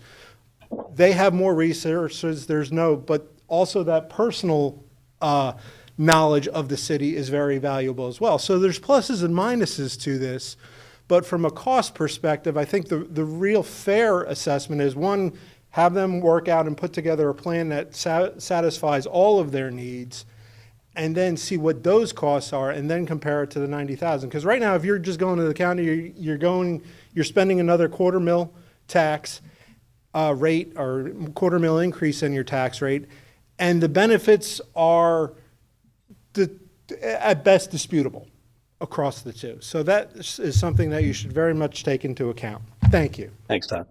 5 minutes next time. Yeah. Just to add on to that, so when we talk about, obviously there would be, depending on what the cost would be if we went to the 91,000, whatever it is, there would be obviously an amount of money we would need to collect for that. But what is it if we improve our dispatch? I guess there's not any reason to do nothing.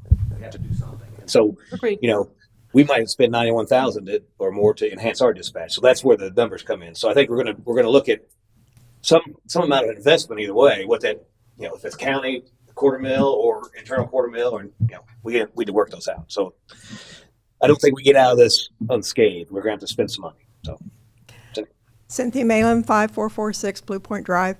I'm just going to kind of rehash, I think, some of the things that Todd was saying, that I was thinking the same thing. I think you guys do a phenomenal job, both of you. It is a calling and not just I'm going to go do this.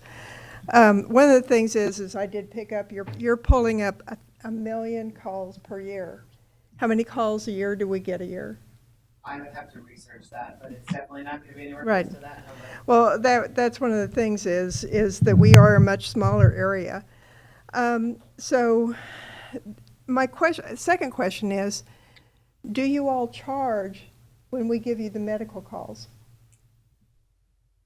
Do you cross-charge us when you do all the medical calls for us? Because of apparently we don't have an EMT on call. So my question is the medical calls go to you, so do you charge for us? Fire rescue might, because that's who handles the medical portion. we pay a portion of the Pasco County Fire. It's a what I'm reduced saying. because we have our own fire, but we do pay Pasco Fire, so they service us as well. Right, and that's something that wasn't really pulled out, that, curiosity, just trying to get some of the facts on this. So again and my question to you would be, how long would it take to thoroughly cross-train for fire? In all honesty, I do not have the answer to that. I have been a trainer for over 20 years, but I've never had to train fire rescue, so I don't know what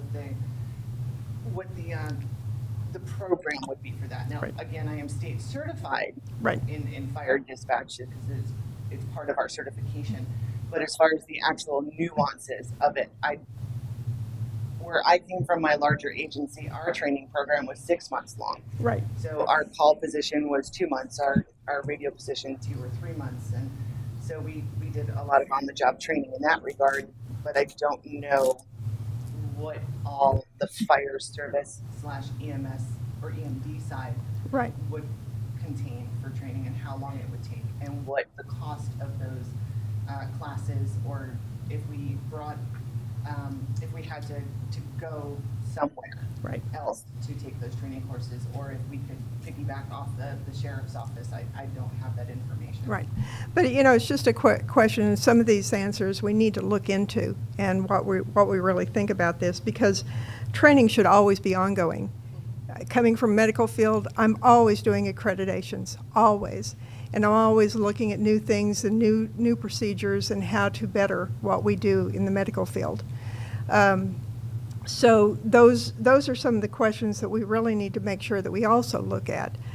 I know that you put up some costs in the agenda, and a lot of it looked like it was a wash between adding on the new equipment, adding on extra people, and true, you should have at least 1.5 to 2 more people. And when I say half, it would be a part-time person. So, that we help get a little bit better. Because like you said, you have to manage the people in that aspect as it goes on, and have a reasonable, the more they enjoy the job, the more it becomes a calling, the more they'll stay with us. So those are my thoughts on what I've heard today, and I do appreciate this. But we need to make sure and look at all the facts and bring that in as well. And because of having them local and understanding our locality and our special needs is important too. Thanks. Anyone else?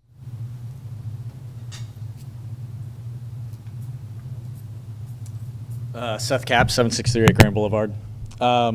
So just to crunch, I'm just doing numbers here. So you guys field 1 million calls roughly a year. So, and there was 93% was answered within 15 seconds. Okay. That's very, very impressive. Okay. But just solid numbers, when you look at that 7%, that's 70,000 calls divided by 365 days, right? It's about 192 calls that aren't answered within 15 seconds.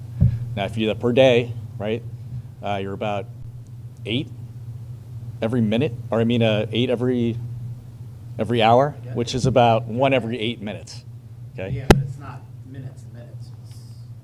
It's Understandable. seconds. Understandable. So So, and just going off the 15 seconds, right?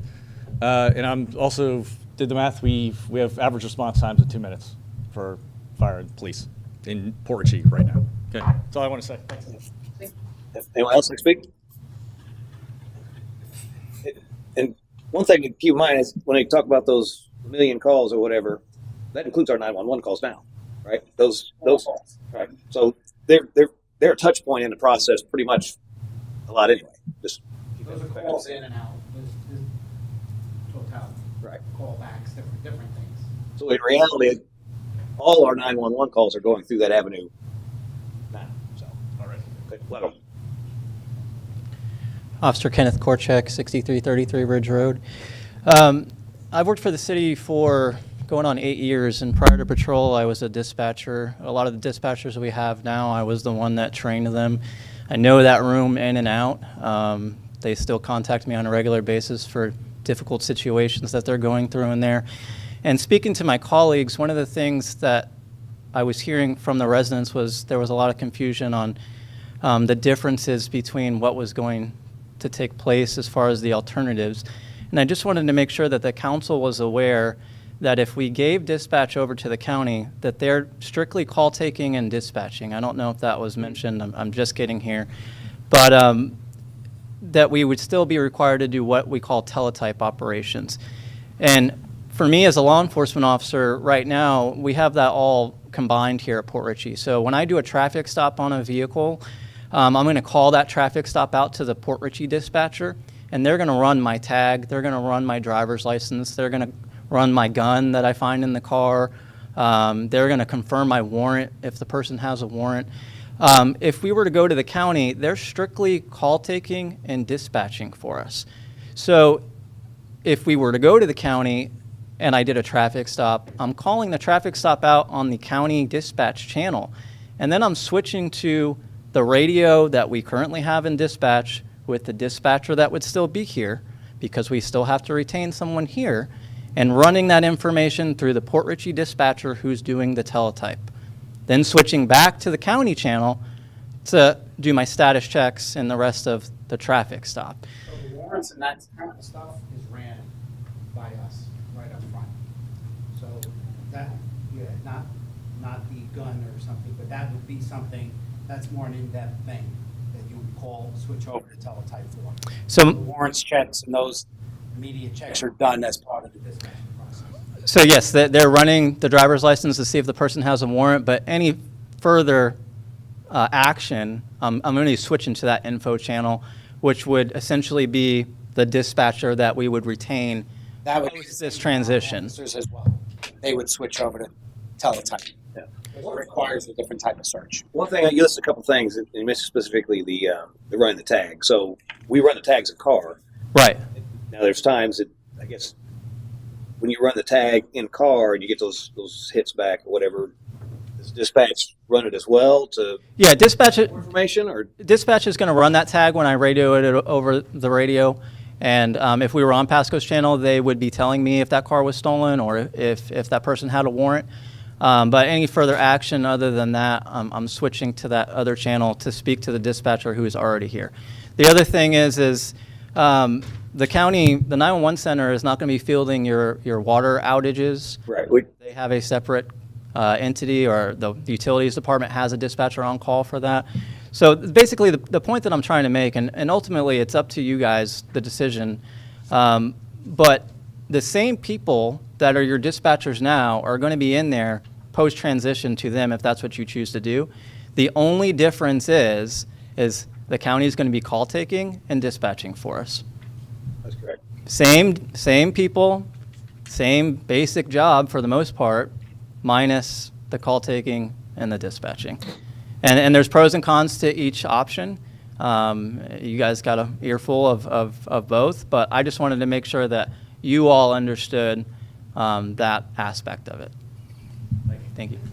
Hey, on the tag running, so you guys would run that as well, right? That's all taken care of. We lose. The stuff that, and it would be same with our officers as well, any department. So the initial stop and the safety, knowing warrant, car stolen, all that. But now when you start getting into running the serial numbers and guns, that is something that they all need to switch over to teletype. Right. Different type of search. So makes sense. Because you wouldn't want anybody tied up when they're supposed to be Right. Got serial number, right? Yeah. running all that. Again, that's where we get back to that person being tasked with a million different options. Maybe answer this because you're probably familiar with the sheriff's side teletype, right? What are those? What kind of employees they hire to do that teletype stuff? What do you mean? Are they dispatchers or are they just? No. They're just They actually fell onto me. They do entries, missing persons, NamUs entries. They do a ton of things. Lost and stolen guns, stolen car entries. They do a wide variety of stuff, and then they have to do validations. So they have to validate the stuff every year or so many months, entries and removals. And then I had warrants that fell onto me, which is the warrant entries, warrant verifications. So there are certain things that you do not want dispatch doing, and certain things that need to be over here. What's a teletyper's starting pay? I want to say it's 19 something right now. So same as a dispatcher pay? So somewhere, yeah. Our starting for dispatchers in training is 19. It goes up to like $21 an hour when they complete the training. And we also offer a $100 per paycheck signing bonus, retention bonus that they get. And then they get 5 hours of built-in overtime, and they get 10% night differential. So from a staffing perspective, So, yeah, a teletyper, dispatcher, almost $25 an hour by the time. the same cost. They focus on different things. Thank you. You know, I think everybody spoke that's in here. Except Joe. Joe, nothing to say? That's good. I didn't want to leave you out. Okay, you guys have any other questions? No. Okay. Thank you all for coming. Appreciate it. Thank you very much. I appreciate your time. Thank you. So I think next steps. I think, and I'd asked for some data. I don't know if you got that back on some other. Okay. And tell me all what you think. But I think Matt should probably go back and do a little more digging and try to put some costs together on both sides of what real costs, not the spreadsheet we saw obviously, but to try to really put some real costs on if we go to the county and we maintain teletype and whatever we do for. I mean, there's things we can do from a service perspective. I'll give you an example. Releasing impounds. We don't need to do that 24/7. So we don't necessarily need somebody here to release impounds 24/7. So that could be done during business hours, right? utility calls, obviously there needs to be something with some kind of on-call thing or whatever. Not necessarily somebody here, but somebody on call. Walk-ins, there's we could have a red phone in and they pick it up, goes to dispatch, they call out, and dispatch one of the police officers to City Hall, to the police department. So there's service level things. Again, not suggesting we do that, but there's more than one way to solve a problem, and then do we need an employee to do that? But it sounds like at a bare minimum, we have to do something on a teletype side. Right. And so maybe that would take care of these other things as well, because if small agency, we don't have a lot of teletype compared to what other agencies would, so they could probably do the utility calls and stuff as well. Now, how that equates to our pay scales, sounds like they're the same. I don't know if ours would necessarily have to do that, but that might, from that perspective, we might not have to raise our salary to get dispatchers if they just are teletype.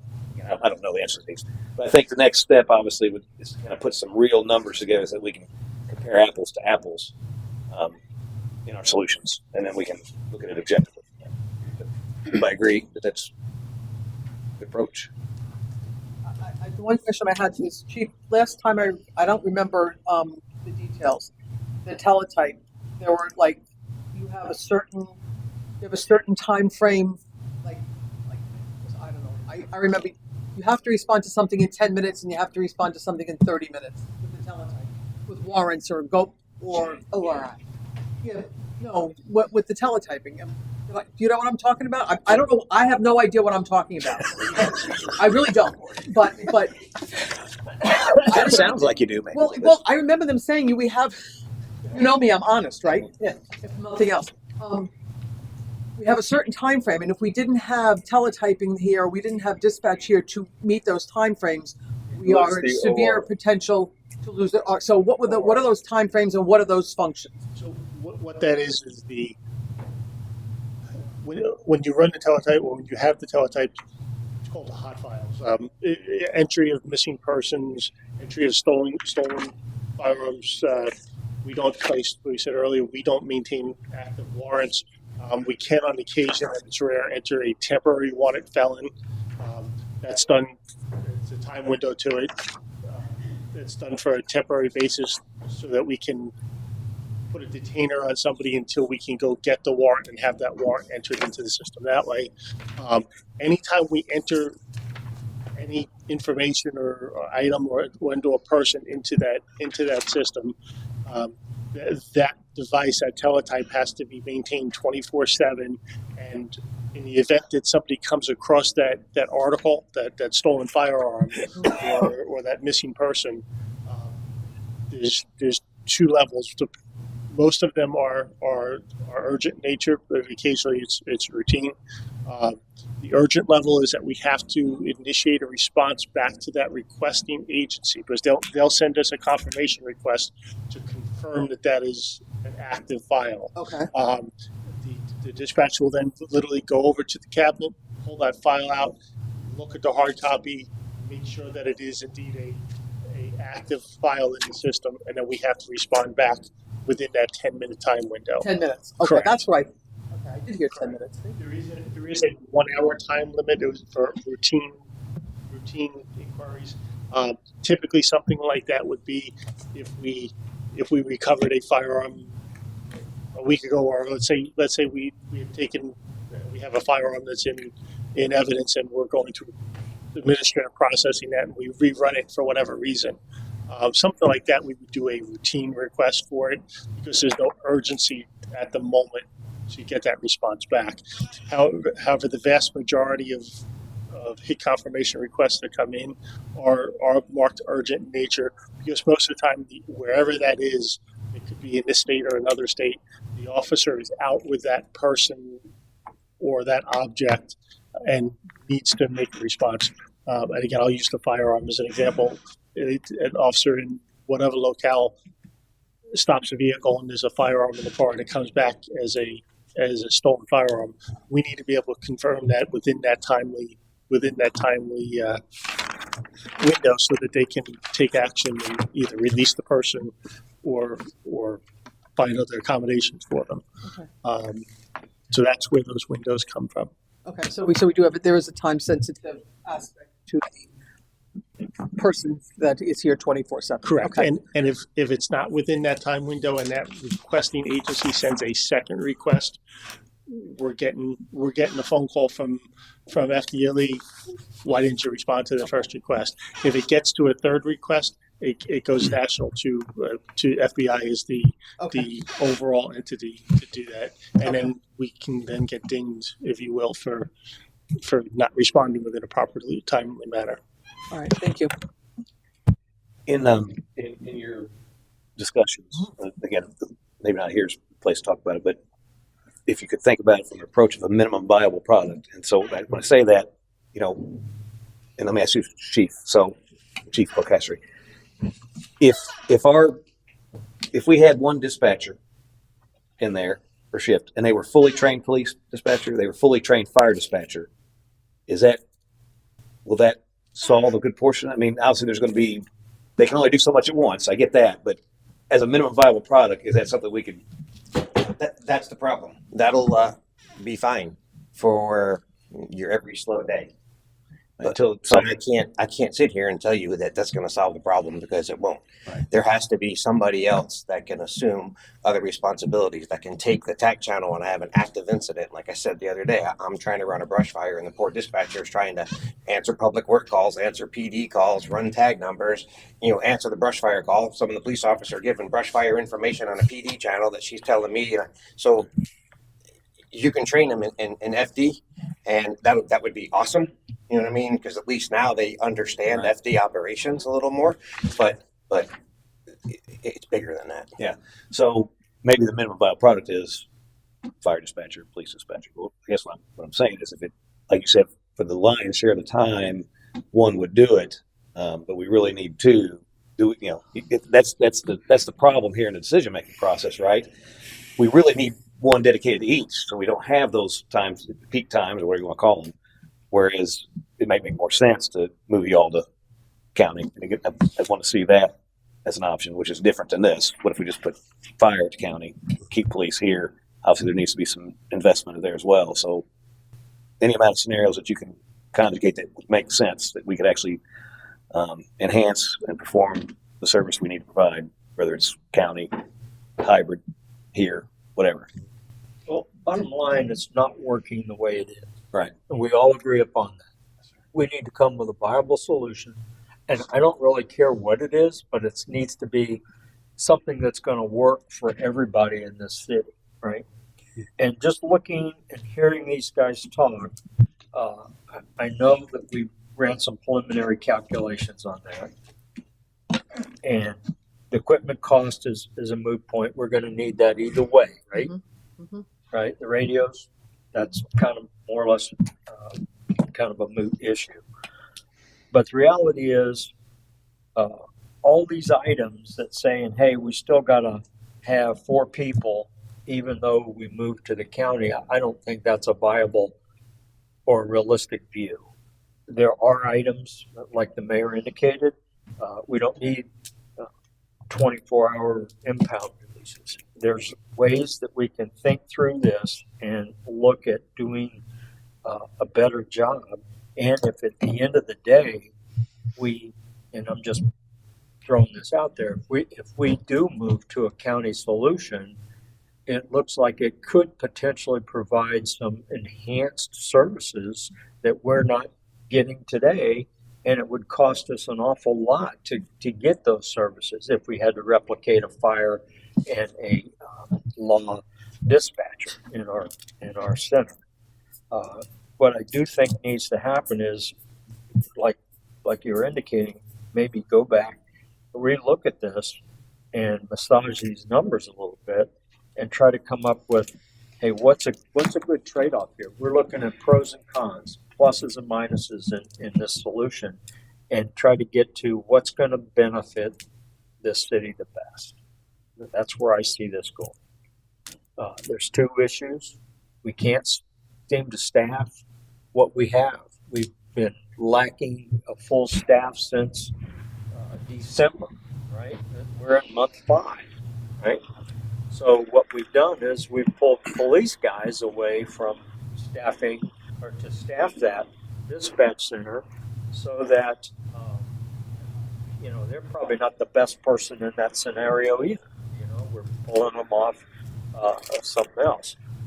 And trying to get this county 911 thing worked out, potentially this might be a solution to that as well. So that's what I see. I see a process issue, and potentially, if we were to do this ourselves, we were going to have more cost involved. We're going to have to raise our unit rates for dispatchers, and maybe even add stuff to that. So I think we need to go back and rework these numbers and let's see where this really lands, and then put a side by side plus and minus and come up with that solution. Yeah, for every option that we have, and again, detailed as far as not just here's the number for X, here's the number for Y or Z, the detail behind that so we can see what's making up those numbers. But then a pro and con of each option. So let's say that one costs less, say it's 25% less, but then you look at the cons and you see all the cons that go along with it. You know, there might be movement to be able to spend a little more money to have better service. So at the end of the day, and what I challenge council as well as staff as well as the public to do is take emotion out of the decision-making process. Look at the data objectively, and let's make a decision that makes the most sense. Not based on emotion, but based on data. And then hopefully that will put us in a much better place than we are today. So. I think that the purpose of an ORI is kind of lost a little bit on some people. So I'm just going to say some things and you say yes or no, okay? So the ORI, it's a unique code, right? That's assigned to law enforcement agencies. It's sort of like your email address, right? It signifies who you are, the police department here. And it submits data back and forth between the National Crime Information Center, the NCIC, right? Yeah. So let's say somebody kidnaps a girl in Massachusetts and drives down here to Port Richey, and someone sees the tag that they've registered up in Massachusetts because they also have an ORI and they're also a part of that, right? You all get the notification, oh, this tag was just seen. Then you're able to say, oh, shit, we've got this little girl, we can go get her. You get that. What happens if you don't have that access to that situation? Like, what happens if you don't have the access? You're right. We don't have access. So then, we can get that information. potentially, someone is kidnapped in Massachusetts, brought down here to Florida. Someone calls and says, hey, well, this tag is here. I just saw they're acting weird. You wouldn't be able, because you wouldn't be staffed here 24/7. You wouldn't be able to say, okay, so you would have to, like, the next day check your voicemails or however that would work, and potentially we would have a dead kid on our hands. Well, so to liken to your email analogy, if you don't have an email address, you don't send any email. So an ORI, while it is an identifying number for the agency, if you don't have an ORI, you're not an agency. So you got, and there's a server in order to have that ORI, in order to get that access, have that designation, be recognized. There's a minimum set of requirements that you have to perform, teletype, and all the things we've talked about. So if any of those, you don't meet those requirements, then you lose your ORI, and then you lose your department, because you can't have a department without an ORI. Right, and then we don't have a city because we don't, for our charter, we have a police department and we don't have a city as well. So I'm just trying to say, like, I personally don't think that saying that we can't have, like, we should, that's scary to me. Like, saying that we should somehow reduce the staff to where there's not somebody 24/7 there, that signifies a really big issue. Right, no, I don't think that's what we're saying. We're not saying that at all.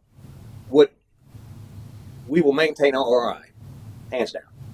What are the I criteria understood to exactly what maintain Cherokee the said, ORI? understood as well. So That's the way it came over when you said that a second ago. Oh, well, we're going to transfer this. Oh, well, we're going to do that. I Well, we'll understood do exactly this. what she just Well, so let me expand on that. So we use Zephyr Hills as a example, or let's use Dade City. Dade City has a police department. They have an RI. They don't do their own dispatch. Now they have things in house that they do to satisfy those requirements.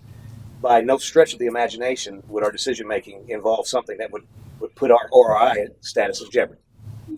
That's so. Whatever we have to do, does that mean that we have to do dispatch?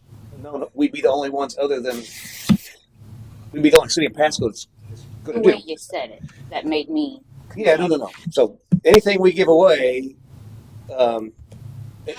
just for another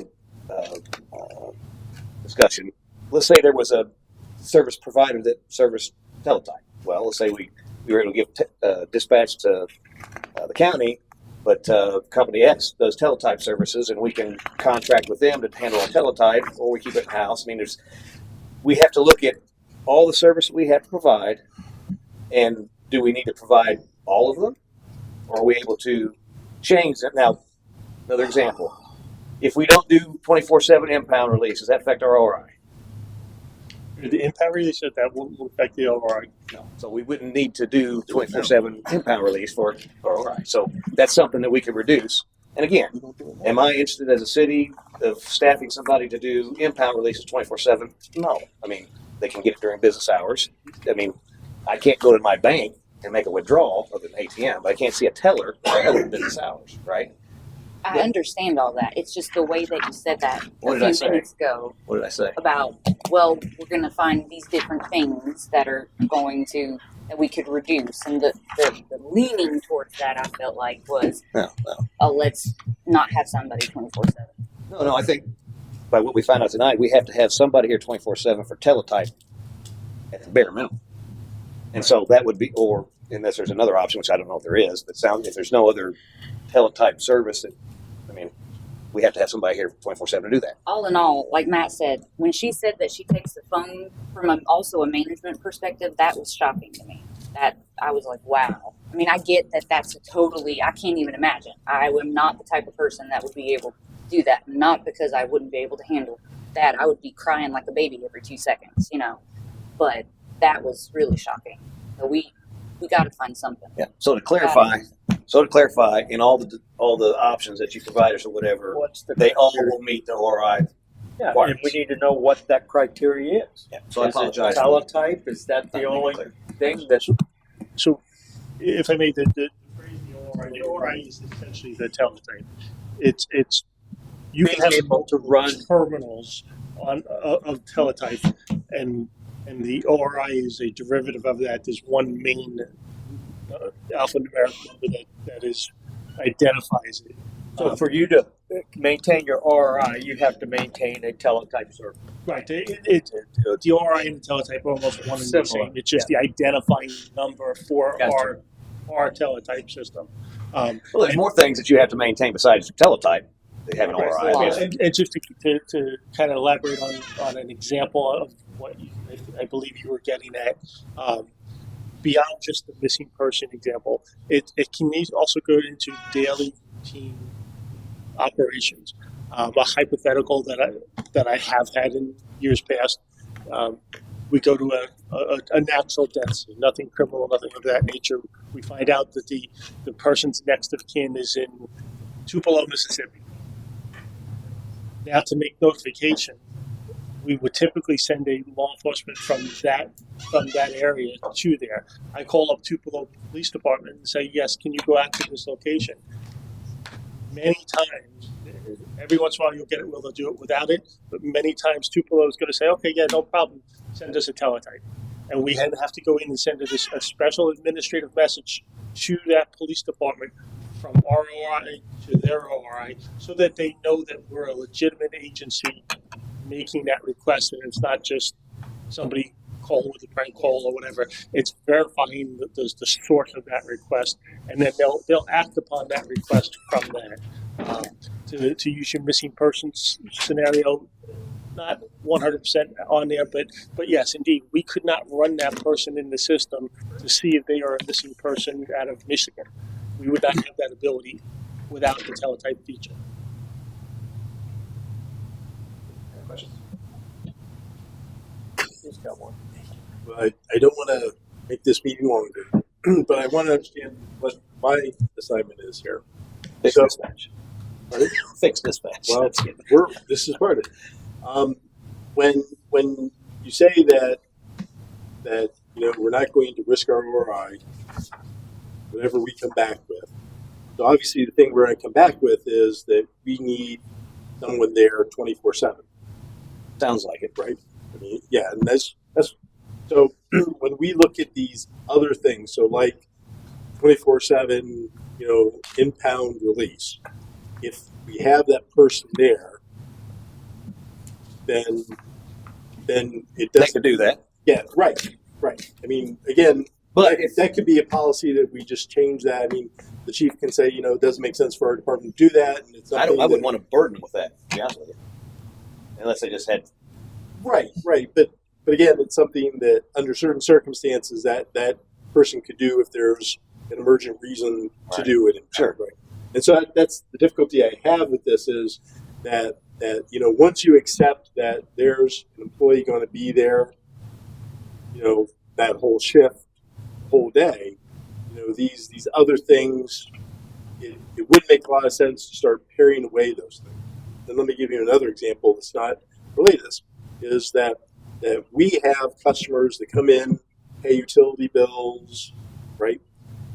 Or come in to get a building permit or whatever. So when you're doing staffing, you look at it from the standpoint of saying, well, there's going to be a certain amount of people who are going to walk that window. We're not going to know how many people are going to walk up to the window that day. We don't know how many people are going to make a phone call that day. But what we don't want is, phone calls not to get answered and people not to be serviced. And so that is an irregular schedule because you can't predict a Monday, a Tuesday, a Wednesday, a Thursday, Friday, or any time of the month. So we have people that, 40%, 50% of the reason why they're being employed by the city is because there's a possibility someone may come to the window or someone may pick up the phone. And that's kind of like the teletype. I mean, there's no way they're going to be able to tell me that, well, every Monday there'll be a teletype. And on Tuesday there's going to be 2. And on Wednesday there's going to be 8, right? And so what I don't think you want is us just to pay someone to sit there, stare at a teletype, right? I mean, that's not your concept. Right. No, but what? Okay. So, but in that, if they're not doing dispatch, they're not doing some of these other things, they're not doing impounds or whatever, they're not having to answer the window or whatever. They could do teletype, which would be their main focus. That would take priority over any other thing. Right. They could be running reports for Dave that he has to do all the time. Just kidding, right? So there's probably some things that they could do other than teletype when there's no teletype going on that they could help fill their staffing needs. Okay. Whatever Well, that is. Utilities probably a good example. those requests that you made were 2 different possibilities. I just wanted to make sure that we all understood that as soon as you accept the thought that there has to be someone there, because it's not constantly a lot of work on the teletype happening, that there's going to be time for that employee to be doing other things. Right. And I just wanted to make sure that you understood that. And, what we come back with is things that make sense or are positive and provide value added service to their existence. Yeah, maybe they could do some code enforcement entries or something, or, as we just opened up the new portal for the iWorks thing, maybe there's something they can do, as time. Again, I don't know what. Okay. That's what I said. Minimum viable product of what we need to have, and then as far as how you delegate work, whatever makes sense. We hired Matt to run the city. I would like to ask that you, as the manager, the CEO of Fort Ritchie, not us, work with the chiefs and the departments and come up with 2 solutions, one going to Pasco, one not going to Pasco. I don't think, with all due respect, let him decide the functions of the teams and let him present it to us. I think I just instead did of us that. say- Did you understand that? No, I was clarifying that my anticipation of what you said was correct. Yes, So you tell us what you want. Yeah, I didn't want to come back with something that you all look at me and say, what we didn't ask for that. I just wanted to make sure I was clear on my mission. Right. Yeah. And within that scope, I think that he brought out an important point. If this person is going to be sitting there 12-hour shift, you got one in the daytime, and other things can be done. You want to maximize use of an individual. You just want to, sit them at a desk and go to sleep. Yeah, that goes for any position. Yeah, not just, that's right. That's right. if somebody's got time on their hands, we need to put them to work. Multitask, yeah, just like that. Right? But the point that you brought up, that's exactly the way people should work, and you as a manager should be focused on, solving that problem. And that's what. Yeah, at the end of the day, we want back to us. We want to give you the tools you need to Solve fix it, this. yeah. And maybe it is. Maybe it is. We throw a bunch of money at dispatch. Maybe it's $150,000 to this is the best solution to do. And we have a full-fledged dispatch system, and these teletypers are also doing dispatch. I don't know what the answer is until I see the numbers in front I of me. think keep it in-house and keep control over it is the best way to do it myself. Ideally, that's the best. Yeah. There's no question about it. I'd much rather do something ourselves than we can. Another scenario trying to tell us what to do. But we have an issue between what's going on in fire and what's going on in law, and we need to get to the bottom of that. And Matt is going to come up with a solution. That's above our pay scale. Chief Robinson has something to say. I just wanted to clarify something or get clarification for myself. I know when they were here, we've been talking about 1 million calls. Is it? I could have sworn I heard them say 1.8 million calls is what they handled last year. Is that correct? 2.8. It's almost 2 million. Okay, 2 million calls. The exact number is 1,833,000. Not 2 million. 1.833 million. Because what I've been hearing is we're talking like 1 million. We're talking almost 2 million. It's almost 2 million. You're correct. And how You're many correct. How many do we get? We're gonna, like you said, we'll provide that data To put it in perspective. Yes. And can you separate them nowhere near between that. fire and police? Is that a possibility to separate the calls between fire and police? Yes. We can pull them. Yeah. Okay. I figured you guys had that data. I figured you guys had that But he's data. also including phone calls and Utility calls. everything You comes see, in and out of the dispatch center. So we're just Well, I guess you could do total, and then you could do whatever. You figure it out. One of the data points I'd asked for actually to find out is because, like I said, of those 1.8 million calls, all our 911 cell phone calls are that touch point first anyway. So those are included in that. So what I'd like to see, if we have a way to do it, how many 911 transfer calls we have coming in, how many direct ones that come in from a landline, if we have that, and then walk-ups. If we can see all the different ways a call starts, that'd be good information. And then total calls that we say, okay, well, 1% of our calls are walk up to the window. 90% of the calls come through 911 on a transfer basis, because then we know county's touching those anyway. So those are good candidates for they immediately dispatch them. So that's the pros and cons stuff as we look at those numbers. We're going to get a much better service level from a dispatch perspective if it stays with the county on those. Again, speculating here, just the conversation we can have. So the much data you can give us, the best decision we can make. And just so, and I think we all agree on this, like I said, we would love nothing more than to have dispatch in-house solely functioning for both fire and police. I mean, that's the best case scenario, but that might be cost prohibitive. And that's what we need to figure out. Right. As I've said numerous times, I've run. 50 years I've been working 24/7. So, and I've been on call. I know what it takes to staff a 24/7 over Christmas, over birthdays, over holidays. I know how to do it, so I understand their frustration and the frustration of dispatch. Because when you're dealing with people that are making $15 an hour, they come in for an hour and leave. They come in for a day and leave, and it's very difficult to do that. To keep that staff. I think education is a huge aspect that I don't know the extent of the dispatchers, their education, or the ongoing education. One of the things we do in nursing is every year we hit the high risk, low volume.